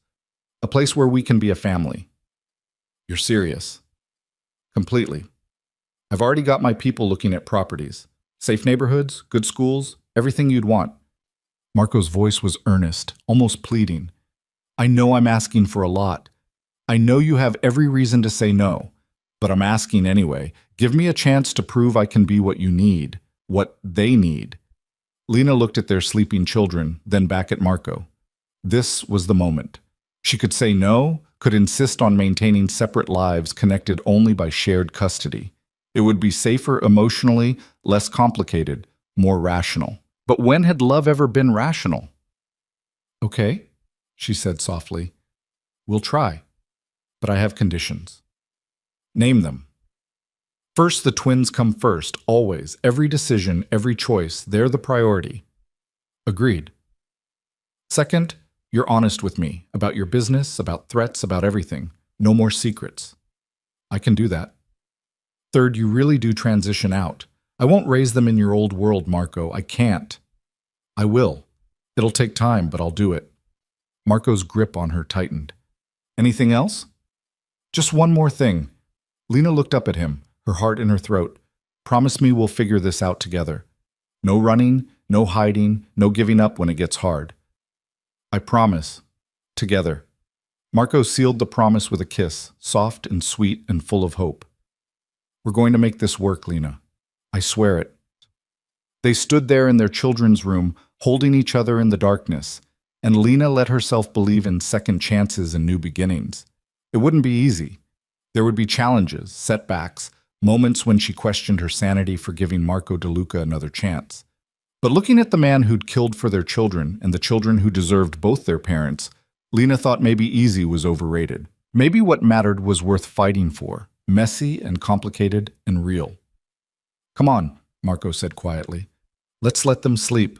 We've got a lot to plan tomorrow. They left the twins sleeping peacefully and went back downstairs to start planning the future. And for the first time in 5 years, Lena felt something that had been missing for so long she'd almost forgotten what it felt like. Hope. Morning arrived with the twins jumping on Marco's bed at 7 o'clock sharp, their earlier fear forgotten in the resilience of childhood. Lena had fallen asleep in Marco's study sometime after 4, exhausted from planning and talking and trying to imagine a future that seemed simultaneously impossible and inevitable. She woke to find herself covered with Marco's jacket, a blanket tucked around her shoulders, and the sound of her children's laughter echoing through the house. She found them in the kitchen where Marco, true to his word, was attempting pancakes. The kitchen looked like a disaster zone. Batter on the counters, eggshells in the sink, flour dusting Marco's dark hair like premature snow. But the twins were perched on stools watching him with rapt attention, and the smile on Marco's face was worth the mess.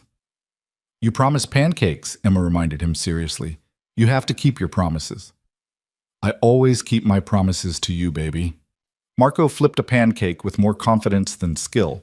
It landed half off the griddle. Well, I try to keep my promises. Ethan giggled. Dad, you're not very good at this. I'm learning. Your mom can teach me. Marco looked up and caught Lena watching from the doorway. His smile shifted, became something warmer and more intimate. Morning, I was trying to let you sleep. I heard the chaos from upstairs. Lena moved into the kitchen, surveying the damage. Maria's going to have a heart attack when she sees this. Maria's already seen it and has wisely decided to stay out of my way. Marco gestured to the housekeeper who was indeed watching from the doorway with barely concealed amusement. I'm establishing my domestic credentials. By destroying the kitchen? By making breakfast for my family. Marco said it with such pride that Lena couldn't help but smile. Even if the pancakes are a little wonky. They were more than a little wonky. Some were burnt, others undercooked. All were misshapen. But the twins ate them with enthusiasm, drowning them in syrup and declaring them the best pancakes ever. Marco glowed under their praise, and Lena watched him discover the simple joy of being ordinary, of being Dad instead of Don. After breakfast, while Maria supervised the twins cleaning up the mess they'd helped create, Marco pulled Lena aside. "I have meetings today," he said, "with my lawyers, my accountants, people who are going to help me transition the business. I want you there." "Me? Why?" "Because this affects you too, and because I meant what I said about no more secrets." Marco's hand found hers. "I want you to see exactly what I'm doing, understand how I'm changing things. I want your input." It was such a departure from the Marco she'd known 5 years ago, the one who'd kept his business dealings separate, who'd never asked her opinion on anything more serious than dinner reservations. This Marco was different, or trying to be, and Lena found herself wanting to support that transformation. "Okay, but the twins, Maria will watch them, and I'm bringing in additional security, people I trust completely. They'll be safe here." The meeting started at 10 and lasted most of the day. Lena sat beside Marco in his study while lawyers presented documents transferring legitimate businesses into clean corporate structures, while accountants outlined plans for divesting from illegal operations, while business consultants mapped out strategies for going straight. It was exhausting and complicated, a masterclass in how someone extricated themselves from organized crime without getting killed in the process. "The real estate holdings can be consolidated under DeLuca Properties," one lawyer explained, pointing to a spreadsheet that made Lena's head hurt. "The construction company is already legitimate. We just need to sever ties with the unions that have been providing protection." "What about the waterfront development?" Marco asked, his attention focused and sharp. "That's more complicated. Your current partners have ties to the Gambini family. We'll need to buy them out or find a way to restructure that doesn't leave them feeling cheated. I'm not paying extortion prices to get out." "Then we negotiate. Offer them something else. Maybe the distribution network in Jersey? That's been losing money anyway." They went back and forth like this for hours, dismantling Marco's criminal empire piece by piece and rebuilding it into something that could survive scrutiny. Lena listened, occasionally asking questions that the lawyer seemed surprised but pleased to answer. She was getting a crash course in high-level business, learning the language of leveraged buyouts and asset protection trusts, understanding for the first time the full scope of what Marco controlled. It was staggering. Marco wasn't just some mid-level crime boss. He was practically running a shadow government with fingers in everything from construction to shipping to real estate development. The money flowing through his organizations could fund small countries. "How long will all this take?" Lena asked during a break. "Realistically, 2 to 3 years to fully transition." Marco rubbed his temples, exhaustion evident in the lines around his eyes. "Some things I can exit quickly. Others require careful negotiation. I've got partners who won't be happy about me going legitimate. They'll see it as betrayal or weakness."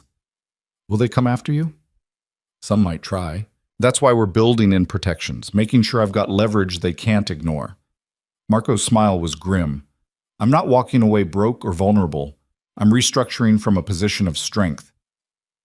By late afternoon, Lena's brain was full and her patience for corporate speak was exhausted. She excused herself to check on the twins, leaving Marco to finalize details with his legal team. She found Emma and Ethan in the game room, building an elaborate fortress out of couch cushions while Maria supervised from a comfortable chair. They'd apparently spent the day playing, napping, and generally being spoiled by a housekeeper who clearly had a soft spot for children. "Mommy!" Emma scrambled out of the fortress. "Look what we made!" "It's very impressive." Lena knelt to examine their handiwork. "Is this where you're going to live?" "It's our castle," Ethan explained. "We're prince and princess." "What does that make me?" The twins considered this seriously. "The queen," Emma decided, "and Dad is the king." "Is that how it works?" "In our castle it does." Ethan was already rearranging cushions, his architectural vision apparently endless. Lena helped them reinforce their fortress, and for a while she could almost forget the meetings happening downstairs. The lawyers restructuring an empire, the violence that had brought them all to this point. She could just be mom, playing with her kids, living in the moment. Marco found them there an hour later, still building. He stood in the doorway watching them, and when Lena looked up, the expression on his face stole her breath. He looked like a man who'd found something he'd been searching for his entire life, and couldn't quite believe it was real. "Can I join?" he asked. "You have to be a knight," Emma informed him. "Knights protect the castle." "I can do that." Marco settled on the floor beside them, accepting cushions from Ethan to add to the walls. Knights are good at protecting things.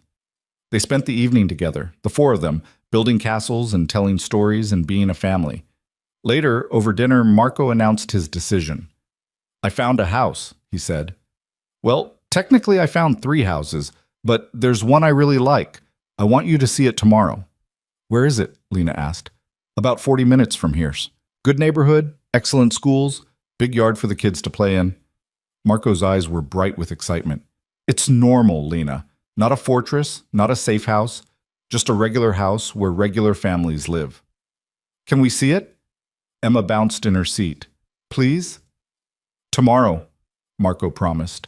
"We'll all go together, and if everyone likes it, we'll make it ours." The house was perfect. Not because it was the biggest or the fanciest, though it was certainly nice, but because it felt like a home. 2 stories of warm brick and white trim, with a wraparound porch and a backyard that seemed to stretch forever. There was a tire swing hanging from an old oak tree, flower beds that needed tending, a kitchen with windows that let in sunshine. The twins ran through it like they'd been unleashed, claiming bedrooms and exploring closets and declaring every new discovery the best thing ever. Lena walked through more slowly, running her hand along the banister, imagining mornings rushing to get the twins ready for school. Evenings cooking dinner in that bright kitchen, nights tucked into bed in the master suite with Marco beside her. "What do you think?" Marco asked, finding her on the back porch watching the twins chase each other around the yard. "I think it's perfect," Lena admitted. "I think it's everything I wanted to give them and couldn't afford. I think it's a dream." "Then let's make it real." Marco's arm slipped around her waist. "I'll have my people draw up the paperwork. We can be moved in by the end of the month." "That fast?" "I'm motivated." Marco pulled her closer. "I want to start our life together, Lena. I want to wake up in that house with you and fall asleep there at night. I want to help the twins with homework at that kitchen table and push them on that swing. I want normal, and I want it with you." Lena turned in his arms, looking up at him. "What about your business? The transition?" "I can run legitimate businesses from anywhere. Most of it's paperwork and phone calls anyway." Marco's hand cupped her face. "I'm done letting work dictate my life. From now on, my family comes first." It was everything Lena had wanted to hear 5 years ago, everything she'd begged him for before she ran, and now he was offering it freely, changed by loss and fatherhood and the realization that some things mattered more than power.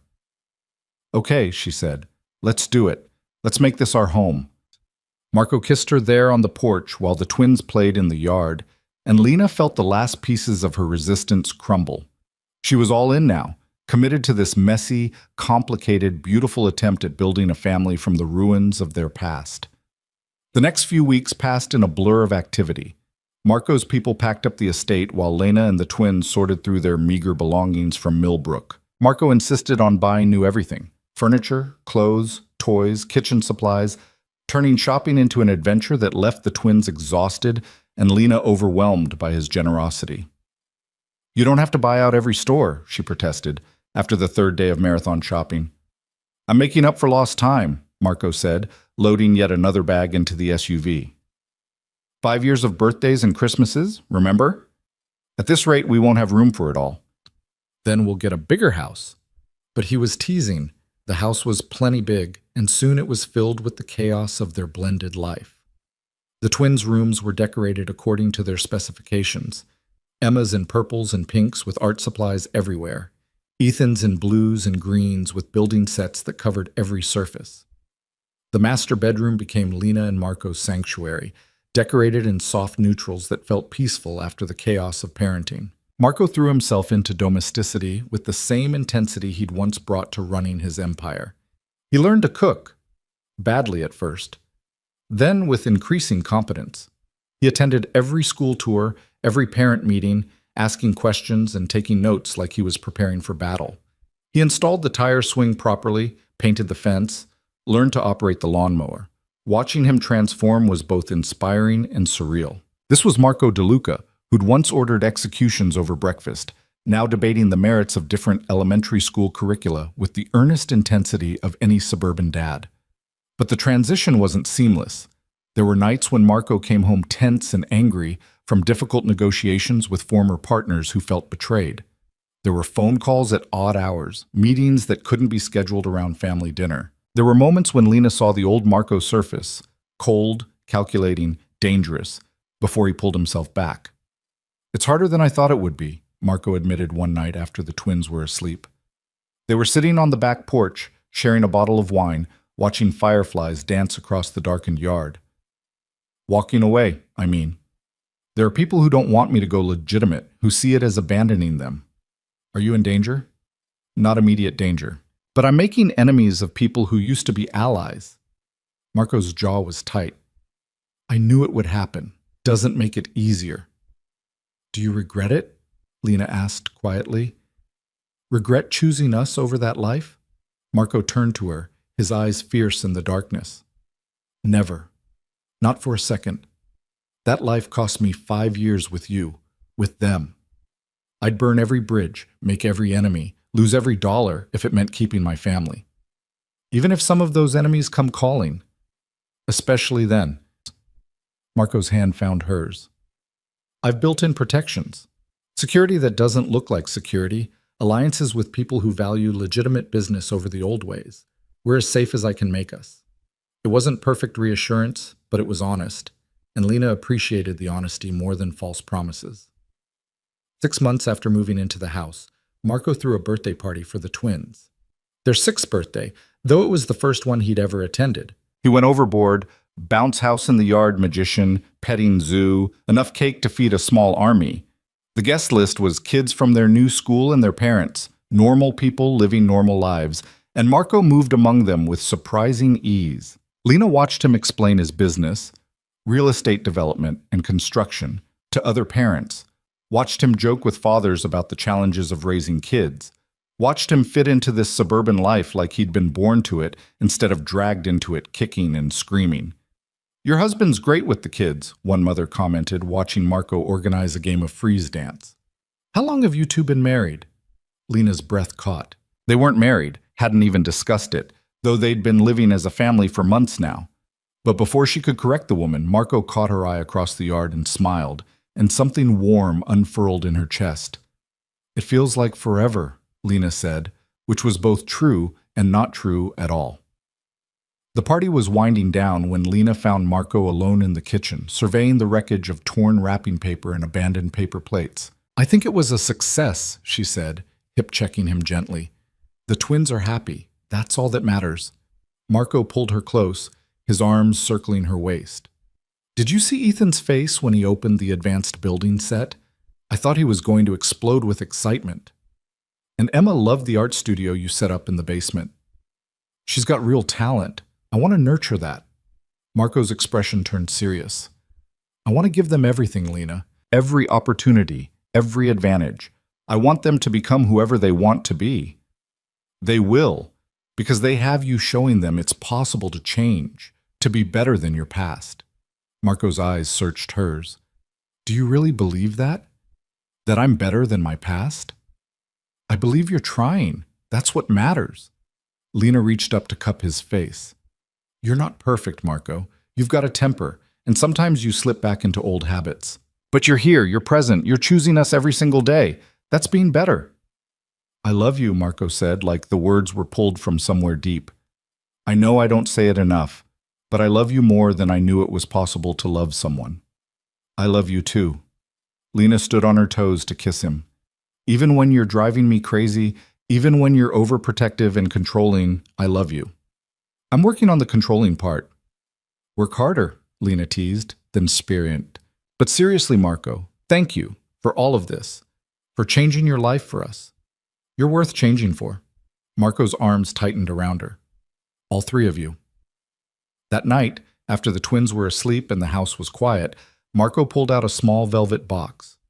"I've been carrying this around for 2 months," he admitted, opening it to reveal a ring. Elegant, but not ostentatious. A single diamond in a platinum setting. Waiting for the perfect moment. Then I realized there's no such thing as a perfect moment. There's just moments, and we decide which ones matter. Lena's heart was pounding. "Marco, let me say this before I lose my nerve. Marco took her hand, his grip warm and steady. 5 years ago, I lost you because I was too stupid to see what mattered. I put my empire above everything, including the woman I loved. I'm not making that mistake again. You and the twins, you're my empire now. You're what I protect, what I build for, what gives my life meaning. You don't have to. I'm not asking because I have to. I'm asking because I want to. Because I want to be your husband, officially. I want the twins to have parents who are married, who are committed not just to them, but to each other. I want to stand up in front of everyone and promise to love you for the rest of my life. Marco's voice caught. Marry me, Lena. Make this official. Make us a real family. Lena looked at the ring, at Marco's earnest face, at the life they'd built together from ashes and second chances. 6 months ago, she would have said it was too soon, too complicated, too risky. But she'd learned that love wasn't about perfect timing or ideal circumstances. It was about showing up, doing the work, choosing each other even when it was hard. Yes, she said, watching joy break across Marco's face like sunrise. Yes, I'll marry you. Marco slipped the ring on her finger with shaking hands, then pulled her into a kiss that promised everything: love, commitment, a future built together. When they finally broke apart, both were laughing and crying in equal measure. The twins are going to lose their minds, Lena said. Good. I want everyone to know you're mine. Possessive much? Always. Marco grinned, unrepentant. But only with you. The rest of the world can do what it wants. They told the twins the next morning over breakfast. Emma and Ethan processed the news with the pragmatism of children for whom their parents being together was already fact. So Dad's going to be here forever now? Ethan asked. Forever and always, Marco confirmed. Cool. Can I have more pancakes? Emma was more interested in the logistics. Will we have a wedding? Can I be a flower girl? I want a purple dress. You can absolutely be a flower girl in a purple dress, Lena promised. And I want to walk Mom down the aisle, Ethan announced, because I'm the man of the family too. Marco's eyes went bright with emotion. That's perfect, buddy. Your mom would be lucky to have you walk her down the aisle. They planned a small ceremony for early fall, just family and close friends in the backyard of their house. Marco's legitimate business associates mixed with the few people from Lena's old life who'd stayed in touch, creating an odd but functional blend. Maria cried through the entire ceremony. Vittorio, fully recovered from his injuries, stood as Marco's best man with barely concealed emotion. But the moment that mattered most was when Emma and Ethan stood between their parents, holding both their hands, while the officiant spoke about family and commitment and love that transforms. Marco's voice was steady as he made his vows, promising to love and protect and choose Lena every day for the rest of his life. Lena's voice shook as she promised the same, meaning every word. When the officiant pronounced them married, the twins cheered louder than anyone, and Marco kissed his wife while their children jumped around them with uncontainable joy. The reception was small, but perfect. They danced under string lights in the backyard, ate cake that Emma had helped decorate, toasted to new beginnings and second chances. As the evening wore on and the twins finally crashed from sugar and excitement, Lena found herself standing with Marco at the edge of the yard, watching the last guests filter out. We did it, she said quietly. We actually built this. We did. Marco pulled her close, his chin resting on top of her head. And we're going to keep building it, one day at a time. What about your business? Is the transition complete? Almost. I've got a few more loose ends to tie up, but by the end of the year, everything will be legitimate, clean. Marco's voice held satisfaction. I'm going to be boring, Lena. A regular businessman with a wife and kids and a mortgage. You could never be boring. Watch me try. True to his word, Marco embraced domesticity with the same intensity he'd once brought to running his empire. He joined the PTA, coached Ethan's youth soccer team, volunteered for Emma's school art program. He learned the names of all the neighbors, attended block parties, became a fixture at the local coffee shop where he'd work on his laptop while other suburban dads discussed lawn care and property taxes. Watching him transform was both inspiring and occasionally hilarious. This man who'd once negotiated million-dollar deals now debated the merits of different soccer cleats with the dedication of a scholar. He'd traded his designer suits for jeans and polo shirts, his downtown penthouse for a house with a mortgage. his empire for a family. And he seemed genuinely happy. Lena was happy too. She'd gone back to school part-time, working toward the art history degree she'd abandoned years ago. The twins were thriving. Emma's artwork covered the refrigerator. Ethan's building projects grew increasingly complex. They had friends, hobbies, a stability Lena had never imagined possible. But there were still moments that reminded them of where they'd come from. Security was still present, though subtle. Cameras disguised as regular home security, guards who looked like groundskeepers, protocols for emergencies that Lena hoped they'd never need. One evening, about a year after the wedding, Marco came home tense from a meeting that had clearly gone poorly. He kissed Lena in greeting, hugged the twins, then disappeared into his study with barely a word. Lena gave him an hour before following. She found him staring at his computer screen, his expression troubled. "What's wrong?" she asked. "One of my old partners is making noise, claiming I owe him for the waterfront development, threatening to go public with information about my past." Lena's stomach dropped. "Can he hurt us?" "Not physically, but he could damage the legitimate business, make things difficult." Marco's jaw was tight. "I thought I'd covered all the bases, paid off everyone who needed paying. Apparently I missed one." "What are you going to do?" Marco was silent for a long moment, and Lena could see him wrestling with old instincts. The Marco of 5 years ago would have handled this with violence, would have made the problem disappear permanently. But that Marco was gone, replaced by someone who'd promised to solve problems differently. "I'm going to negotiate," Marco said finally. "Offer him a piece of something else, find out what he really wants. And if that doesn't work, I'll let the lawyers handle it." "Not violence." "Not violence." Marco pulled her onto his lap, his arms wrapping around her waist. "I'm trying to be better, remember? That means handling problems like a legitimate businessman, not a crime boss. I'm proud of you." "Don't be proud yet. Ask me again after the meeting tomorrow, see if I manage to keep my temper." Marco's smile was wry. "Changing is hard, Lena. Some days I want to fall back into old patterns because they're easier, because I know how to solve problems with intimidation and force." "But you don't." "But I don't," Marco agreed. "Because I've got too much to lose now. I'm not risking this life for the satisfaction of proving I'm still dangerous." The meeting the next day went better than expected. Marco's old partner accepted a generous buyout and a consulting position that gave him prestige without real power. It cost Marco money and pride, but he came home with the problem solved and his hands clean. "See," Lena said that night, "you can do this. You can be who you need to be for us. With you reminding me why it matters, yeah, I can." Marco pulled her close. "I love this life, Lena. I love coming home to you and the twins, love being just Dad instead of Don DeLuca. I never thought I could be this happy." As the years passed, that happiness only deepened. The twins grew, 7, then 8, then 9 years old, developing their own personalities and interests. Emma's artistic talent blossomed, her room becoming a gallery of paintings and sketches. Ethan's fascination with building evolved into a genuine gift for engineering, his creations growing increasingly sophisticated. Marco was there for all of it, every school play, every soccer game, every art show and science fair. He helped with homework, attended parent-teacher conferences, learned to braid Emma's hair, and explain fractions to Ethan. He became exactly what he'd promised, a present, engaged father who put his children first. And his relationship with Lena deepened too. They learned each other again, this time without the shadow of his criminal life hanging over them. They had real conversations about real things, finances and parenting, and plans for the future.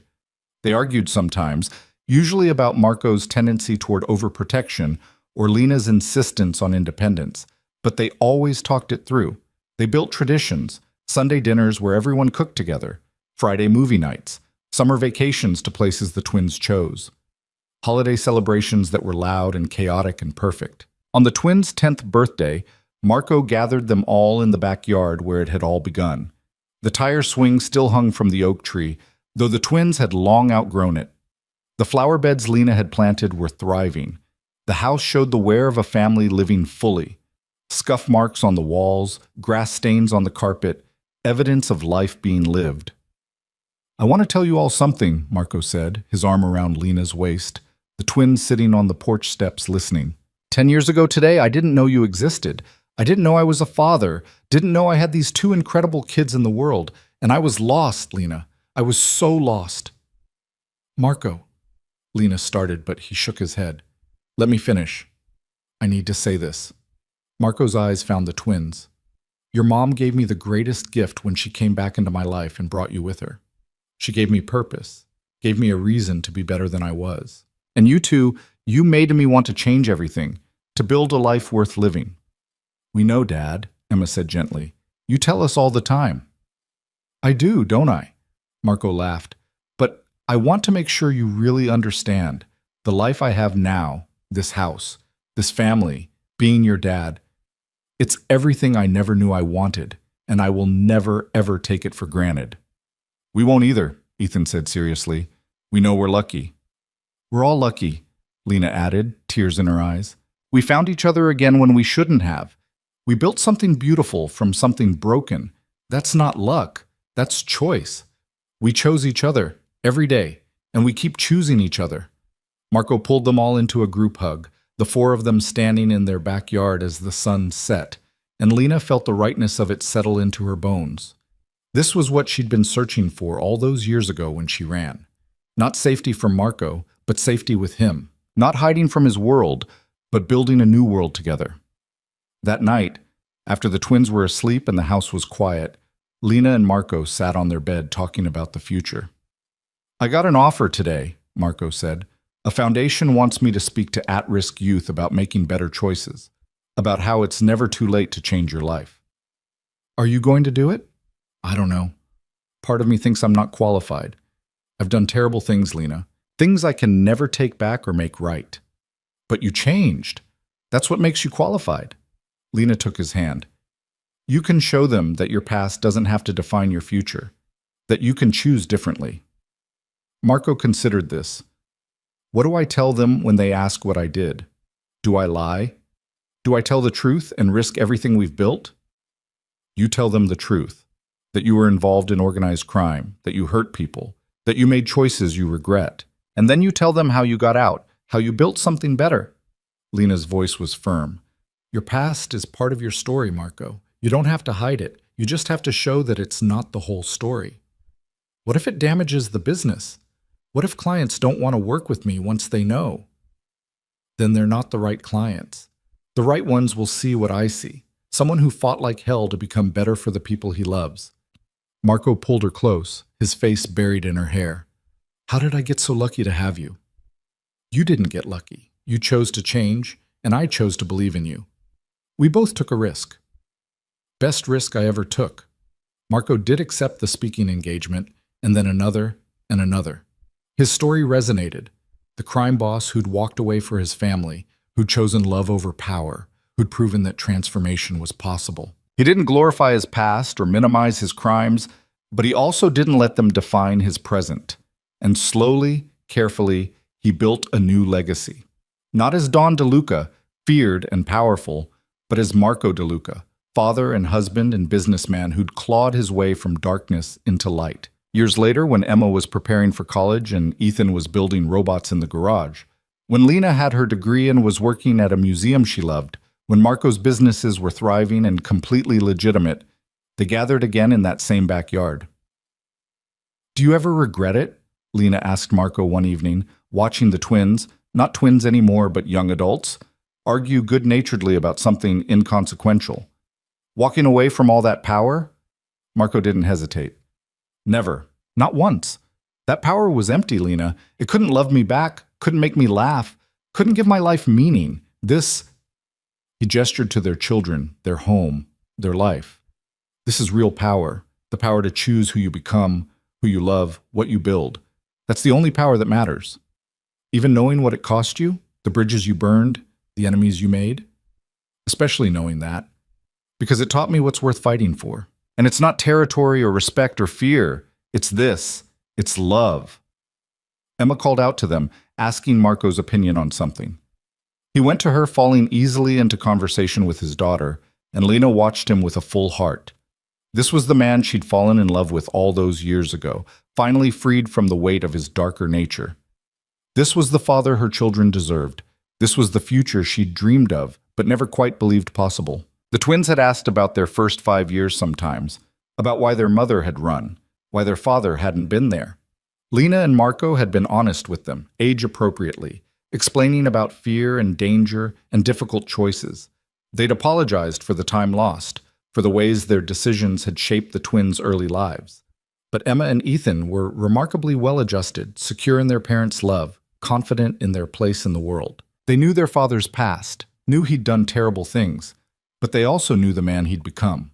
And that man was their dad, who taught them right from wrong, who showed up for every important moment, who loved them with a fierceness that bordered on religious. On their 16th birthday, Marco gave each twin a letter, personal, private words about his journey and his hopes for them. Lena watched them read, saw tears track down Emma's face, and Ethan's jaw tighten with emotion. "Dad," Emma said when she finished, "thank you for choosing to be better, for showing us that people can change." "Thank you for giving me a reason to change," Marco replied, his voice thick. Ethan just hugged him, this boy who'd grown tall and strong, and Marco held his son like he was still 5 years old and newly discovered. That night, in the privacy of their room, Marco broke down. "I miss so much with them," he said, grief raw in his voice. 5 years, Lena. 5 years of firsts I'll never get back." "I know, and I'm sorry for that, but look at what you didn't miss, the last 11 years. You were there for their first days of school, their first friendships, their triumphs and their failures. You've been their father in every way that matters. It doesn't feel like enough. It never will. But it's everything you could give them, and it's everything they needed." Lena cupped his face, making him look at her. "You are a good father, Marco DeLuca. You're a good man, and I'm so proud to be your wife, to have built this life with you." Marco kissed her, deep and grateful, and full of love that had survived separation and secrets and the transformation of who they both were. As the twins prepared to leave for college, Emma to art school, Ethan to engineering, the house felt too quiet. Lena and Marco wandered through rooms that had once been filled with childhood chaos, remembering bedtime stories and homework battles and teenage arguments. "We did good," Marco said one evening, standing in the doorway of Ethan's room, now stripped of posters and personality. "We did great," Lena corrected. "They're good kids, Marco, kind and smart and confident. We raised them right." "We did it together." "Together," Lena agreed, taking his hand. "The only way that works." On the day they drove the twins to their respective schools, Emma to the West Coast, Ethan to the East, Marco cried unabashedly. He hugged his children and told them he loved them and made them promise to call every week. He reminded them they could always come home, that their rooms would be waiting, that nothing would change how much he loved them. "Dad, we know," Emma said gently, patting his back. "You've told us approximately 1,000,000 times. But I'll tell you 1,000,000 more," Marco said fiercely. "I love you both so much it terrifies me." "We love you too, Dad," Ethan said, "and we'll make you proud." "You already do, every single day." Driving home from the last drop-off, the car felt cavernously empty. Lena and Marco were quiet, processing this new phase of life. When they finally pulled into their driveway, Marco turned to her. "What do we do now?" he asked. "Without the twins to raise, without the daily chaos, what do we do?" Lena smiled. "We live, we travel, we explore, we figure out who we are as just us instead of as parents. We start the next chapter." "I like the sound of that." Marco leaned over and kissed her softly. "You know what? We should renew our vows. Have a real ceremony this time, not the rushed thing we did before. We had a beautiful ceremony. We did. But I want to do it again now, after everything we've been through. I want to stand up and promise to love you all over again." So they did. On their 20th anniversary, they renewed their vows in the same backyard where they'd first married. The twins came home for it, bringing significant others and stories from their independent lives. The house filled with people who'd been part of their journey, Maria and Vittorio, friends from the neighborhood, business associates who'd become genuine friends. Marco stood before Lena in the golden light of early autumn and said, 20 years ago, you gave me a second chance I didn't deserve. You let me back into your life and into our children's lives. You believed I could be better, and then you helped me become better. Everything good in my life traces back to you." "You did the work," Lena countered. You made the hard choices, changed everything for us. I just believed in you. That was enough. That belief saved my life. Marco took her hands. I promise to love you for the next 20 years and the 20 after that, and however many more we get. I promise to keep choosing you, keep building with you, keep growing with you. And I promise the same, Lena said, her voice steady and sure. To love you, to choose you, to build this life with you until our last breath. They kissed while their children cheered and their friends applauded, and Lena felt the rightness of it settle deep in her soul. This was what love looked like after 20 years. Not the passionate intensity of new romance, but the deep abiding certainty that came from choosing each other through everything life threw at them. That night, after everyone had gone and the house was quiet, Lena and Marco sat on the back porch watching the stars. No regrets? Lena asked. Not a single one. Marco pulled her close. I got everything I wanted, Lena. A family, a life, a purpose. I got you, and I got them, and I got to become someone I'm actually proud of. That's more than most people get in a lifetime. We got lucky. We got a second chance, Marco corrected, and we didn't waste it. That's not luck. That's us refusing to give up on each other. Lena leaned her head on his shoulder, comfortable and content. I love you, Marco De Luca. I love you too. Always have, always will.